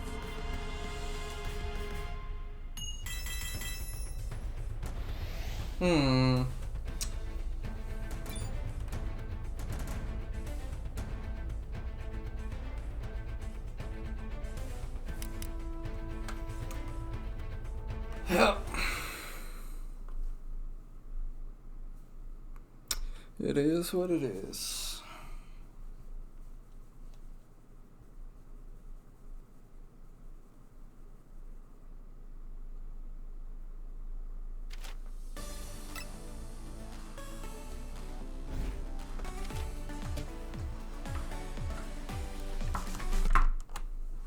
Ago, and these clips were from more recent podcasts, but luckily the one time that Bobby was on Joe's podcast, they did talk about this story, and this is probably the most accurate version since this was back in like 2011 for episode 76 it was, which is still on Spotify surprisingly. So that's what we're going to be taking a look at today, and it's pretty funny because now both Joe and Bobby have the story wrong, and you'll see what I mean here in a second. So let's just jump into the podcast. So now you grew up in San Diego, right? Yeah.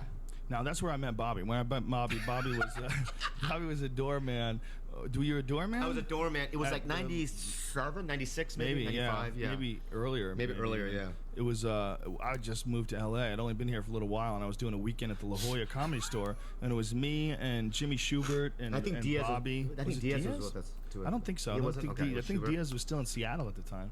And we went to a strip club in San Diego, and there was these Mexican gangbangers that were like the real deal, like tattooed tears in their face, and the whole. And this one dude he had these crazy murderer eyes, and you know, and Jimmy Schubert was like, I don't know what happened. Jimmy was trying to get a dance from one of the girlfriends or something, or said something to one of the girlfriends, and so the guy got up and he got in Jimmy Schubert's face, and Jimmy Schubert was trying to apologize. Bobby Lee like you're like, these guys ain't shit. These guys are pussies. And he was saying it like loud, and the guys were looking at us, and I just got up and I said, I'm leaving right now. Whoever's coming with me is coming with me. I'm leaving right now. Like, I knew. We were like moments away from someone getting shot. Really? There's no metal detectors I don't have there. street smarts.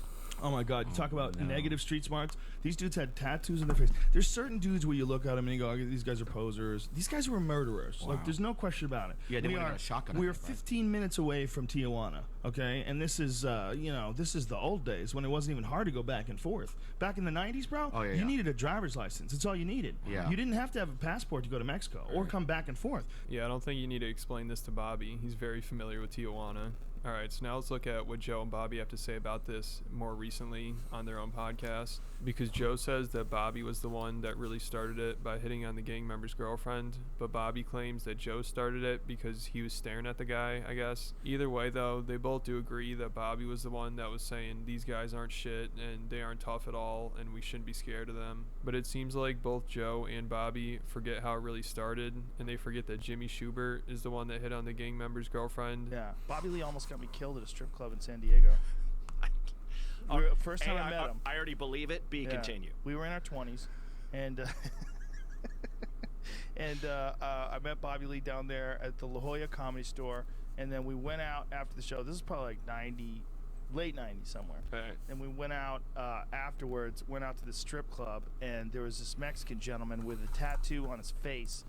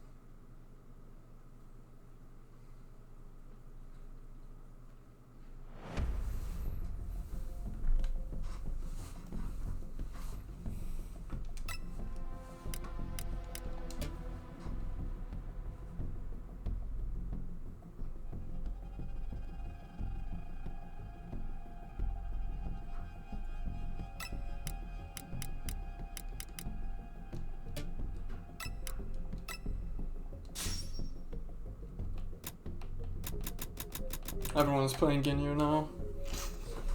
Fucking hell, man.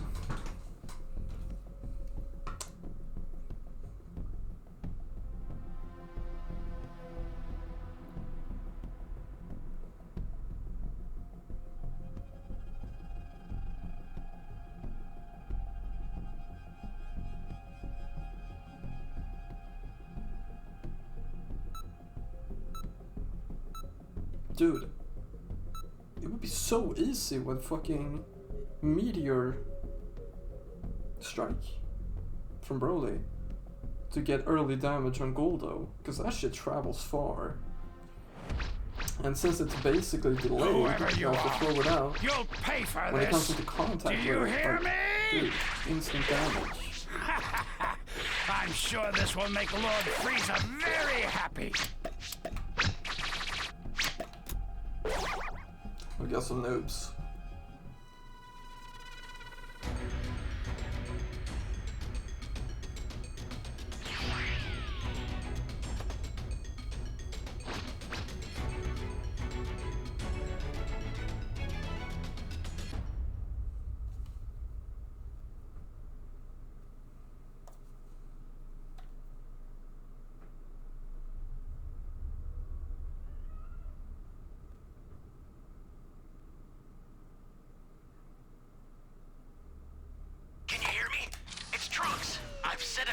Time machine, as well as a crate of supplies. Here's how to launch.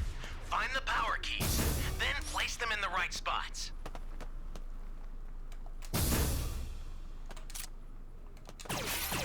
Someone! You found a power key. Go slot it. Good start. Thanks. That's a new power key. Place it now. Gee,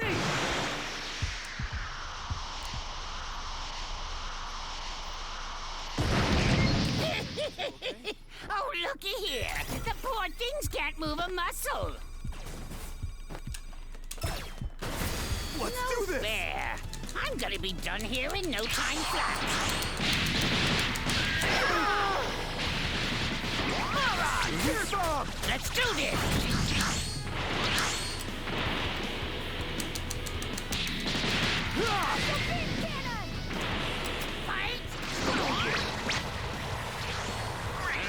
You know what to do with that key. Guess I'll take care of Here, it. boss. Ultra. Recurve. Hey, great! Another power key. Use it quick.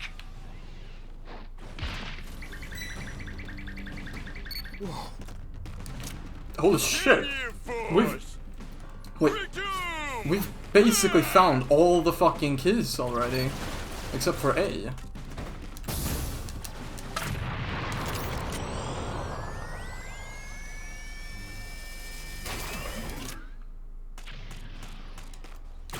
That is some good ass shit, man.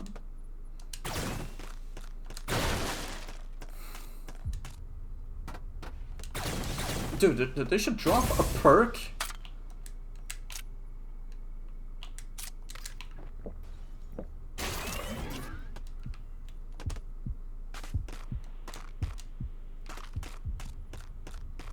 They should drop a perk that you can use that you keeps your fucking combo at level 3 through all levels.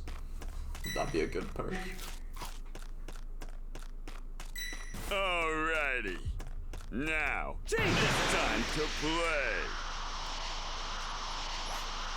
Wait, okay, he's on that key. You know what to do with that key.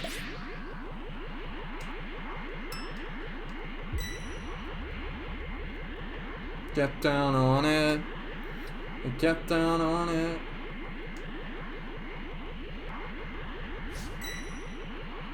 An ally needs your help. We don't know what danger awaits. Think before rushing in. Not bad. You know, you're doing a lot better than I expect.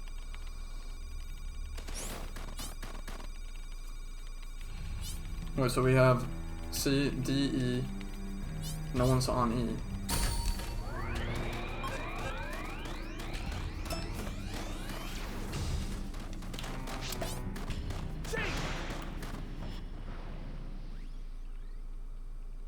Access the startup system from the central area. Just a little more to go, then you're done. You all right? Oh, man. How dare you play me for a fool? You have to let Lord Freezer know. Bruh.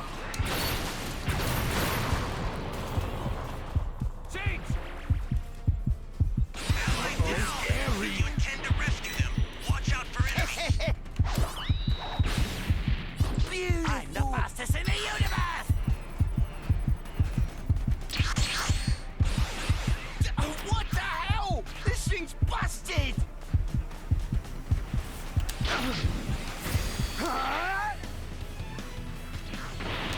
He used that shit. Oh. They're so fast.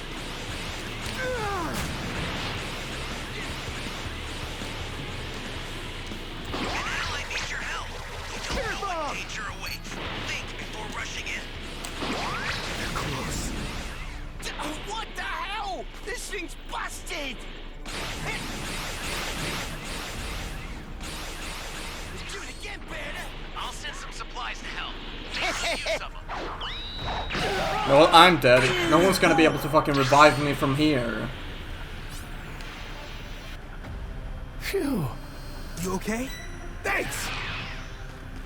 The startup system is under attack. Stop it if you can, but retreat if you need to. Got it?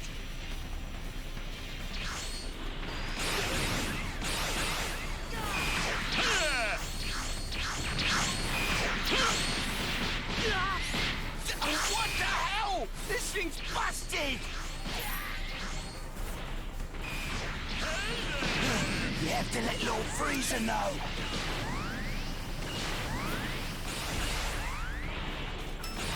Why didn't he fucking double jump that? What? He could have made it, but he. This guy's retarded. Great. Complete mental deficiency there. Like, seriously, you double jump all the way across there, and then when it really fucking counts, you just single jump. Like, what the fuck? If he would have double jumped, he would have made it in time.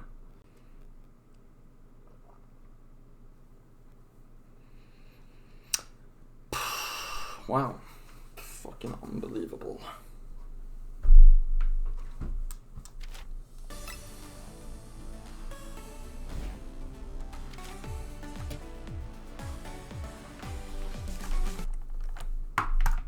In the 90s, which is rare. And he had long, straight black hair. Wow. And he had a look in his eyes like he's killed people. Yeah. And I'm good at sniffing out danger. I'm like, that's real danger. And Bobby was hitting on his girl, was trying to get a lap dance from his girlfriend. God damn it. I mean, in Bobby's defense, it's at a strip club, but this girl was apparently his girlfriend at a strip club, and the guy stood up, and he stood up and he said something to Bobby, and Bobby comes over, he's like, fuck that guy. And I looked at the guy, I looked at Bobby, I go, I'm getting out of here right now.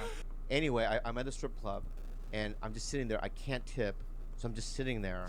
But I want to act cool because it's Joe Rogan's there, right? Right. So these gang members are sitting next to us. Always. Right? And they go, what the fuck you looking at to Joe Rogan? Ah. Joe's like, nothing, buddy. I'm just watching the show. And Joe goes, and they get in a spat. Like they're yelling at each other. You kind of, yeah. We'll be back. To him? Yeah, so they all leave to go to their cars. Shit. Joe turns to us, and he goes, let's get the fuck out of here. Yeah. And I go, what do you guys, I said. You said, what do you guys... What do you guys... Play... No, pussies. You said, what are you guys, pussies? To Joey Diaz and Rogan. In a strip club. Yeah. Because 4 Mexican gang members went to their car. Yeah. Okay. Yeah. What do you think they were going to get? A blanket? So this story is pretty surprising because usually Bobby's trying to avoid confrontation, and this is like an actual threat, and now he's acting like a tough guy. I guess he was acting like that though because he wanted to impress Joe. And I think probably the most accurate version of this story is the first time they talked about it on Joe's podcast, because they both seemed to agree on what happened at the club and they weren't questioning each other's memory of it at all. Except for Joey Diaz being there, Bobby really seems to think he was there, but even when Bobby was on Joey's podcast, he brought this up and Joey said he wasn't there, and Bobby's like, are you sure? I think you were. But you can tell that Bobby knows he screwed up in this situation, and he says he apologized to Joe multiple times. And it sounds like initially Joe was kind of pissed at Bobby for it, but now it seems like Joe doesn't care as much because it makes a good story, and Bobby knows he screwed up here. Extreme danger, and that's what we were involved in, a pocket of extreme danger. And there's Bobby like, fuck these guys ain't shit. Yeah, He's saying it loud, and I don't know if you were drunk at the time. You might have been drinking. No, I wasn't. Were you sober? Yeah. Okay. I was 23. Okay. I just left the hometown Poway. Was where I grew up. Poway? Yeah, it's called Poway. Yeah, it's outside San Diego. Yeah, it's like 25 minutes east of like downtown San Diego, right? And I didn't know much. Okay, I just started doing stand-up. I wanted to impress you because, you know what I mean, you're a headliner, and I've never met headliners, you know what I mean? Like, he's a headliner, so I wanted to act tough, you know what I mean? And I came across looking like an asshole. Well, it's not how you came across. It was the threat that you had put us into. You'd put us in a position I apologized over the last 15 big deal, years. Buddy. It's just a funny story, man. I still love you.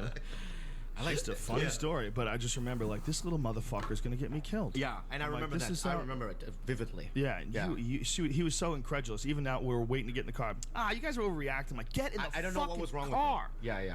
I'm like, I've seen murderers before. I've met them. Yeah, there's a certain tweak in a person's eye when they've already killed somebody. So that's Joe Rogan and Bobby Lee's infamous strip club story. If you want to hear another good Joe Rogan strip club story, make sure you check out my Joe Rogan and Howard Stern video. That's a good one. But before you do that, in this video I also want to talk about Bobby Lee and Joe Rogan discussing the Carlos Mencia incident. I'm sure everyone's aware of that. If you're not, basically Joe Rogan just confronted a comedian who was stealing jokes, and it turned into a giant thing because it was true. The guy was stealing jokes, and his career took a huge hit from it. And Bobby was actually good friends with him. He probably still is, because also Carlos helped out Bobby a lot early on, and he brought him on the road to do comedy shows with him. So Bobby probably feels like he owes him something, even though it just sounds like Carlos was kind of a dick to Bobby the whole time. Like, Bobby talked about how Carlos would make him cry, which we'll get into here in a second, and also Carlos was stealing jokes from Bobby.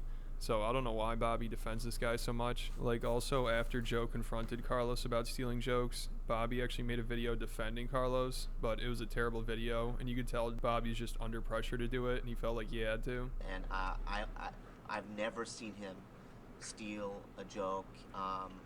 He never stole a joke from me, and I don't know where Joe Rogan gets the information that I called him to tell him that Carlos steals, because I never called Joe. This is actually the top comment on the video, and I thought this was pretty funny and describes it well. This person said, "This video is cropped. Does anyone have the original widescreen version? The gun Carlos is pointing at Bobby on the far left isn't even visible in this version." So everyone knew Bobby was just full of shit in this video, and he's doing it because he felt like he had to help his friend out or something. Bobby did think that Joe was lower shelf hookers here today. Oh, really? Crew. They were lovely girls. Oh, stop, Howard. That first crew was rough. Come on. You think because a girl takes her clothes off and dances that she's a whore? No. She's not. She's not a whore. She's just bottom shelf whores is what he said. That's what it was. The first crew. What did I say? Fear factor guy. Look at you, fear factor guy. You're just paranoid of women. Look at you. You were so mean yesterday. You were mean. How was I mean to you? You were mean. It's crazy that Howard is saying this stuff. Like, right after this, they play Butterface, where they bring out girls who have like really nice bodies, but their face are just like busted, and then they just roast them right to their face. So if he's calling you out on this shit, it's not a good look. Or maybe he's just being a hypocrite. I don't know. But it sounds like everybody was a little freaked out by it. And again, this is like 20 years ago, so I really don't want to make a big deal about it. I mean, if all this is true, it's possible Joe's changed. Like, I doubt he's still saying shit like this.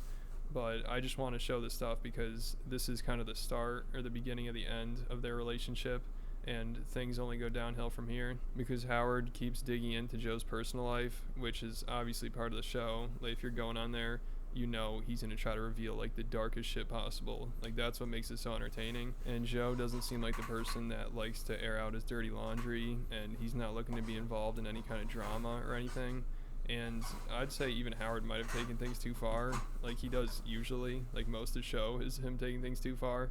And as you'll see later on, he never really lets the stripper thing go. So that was like the real catalyst.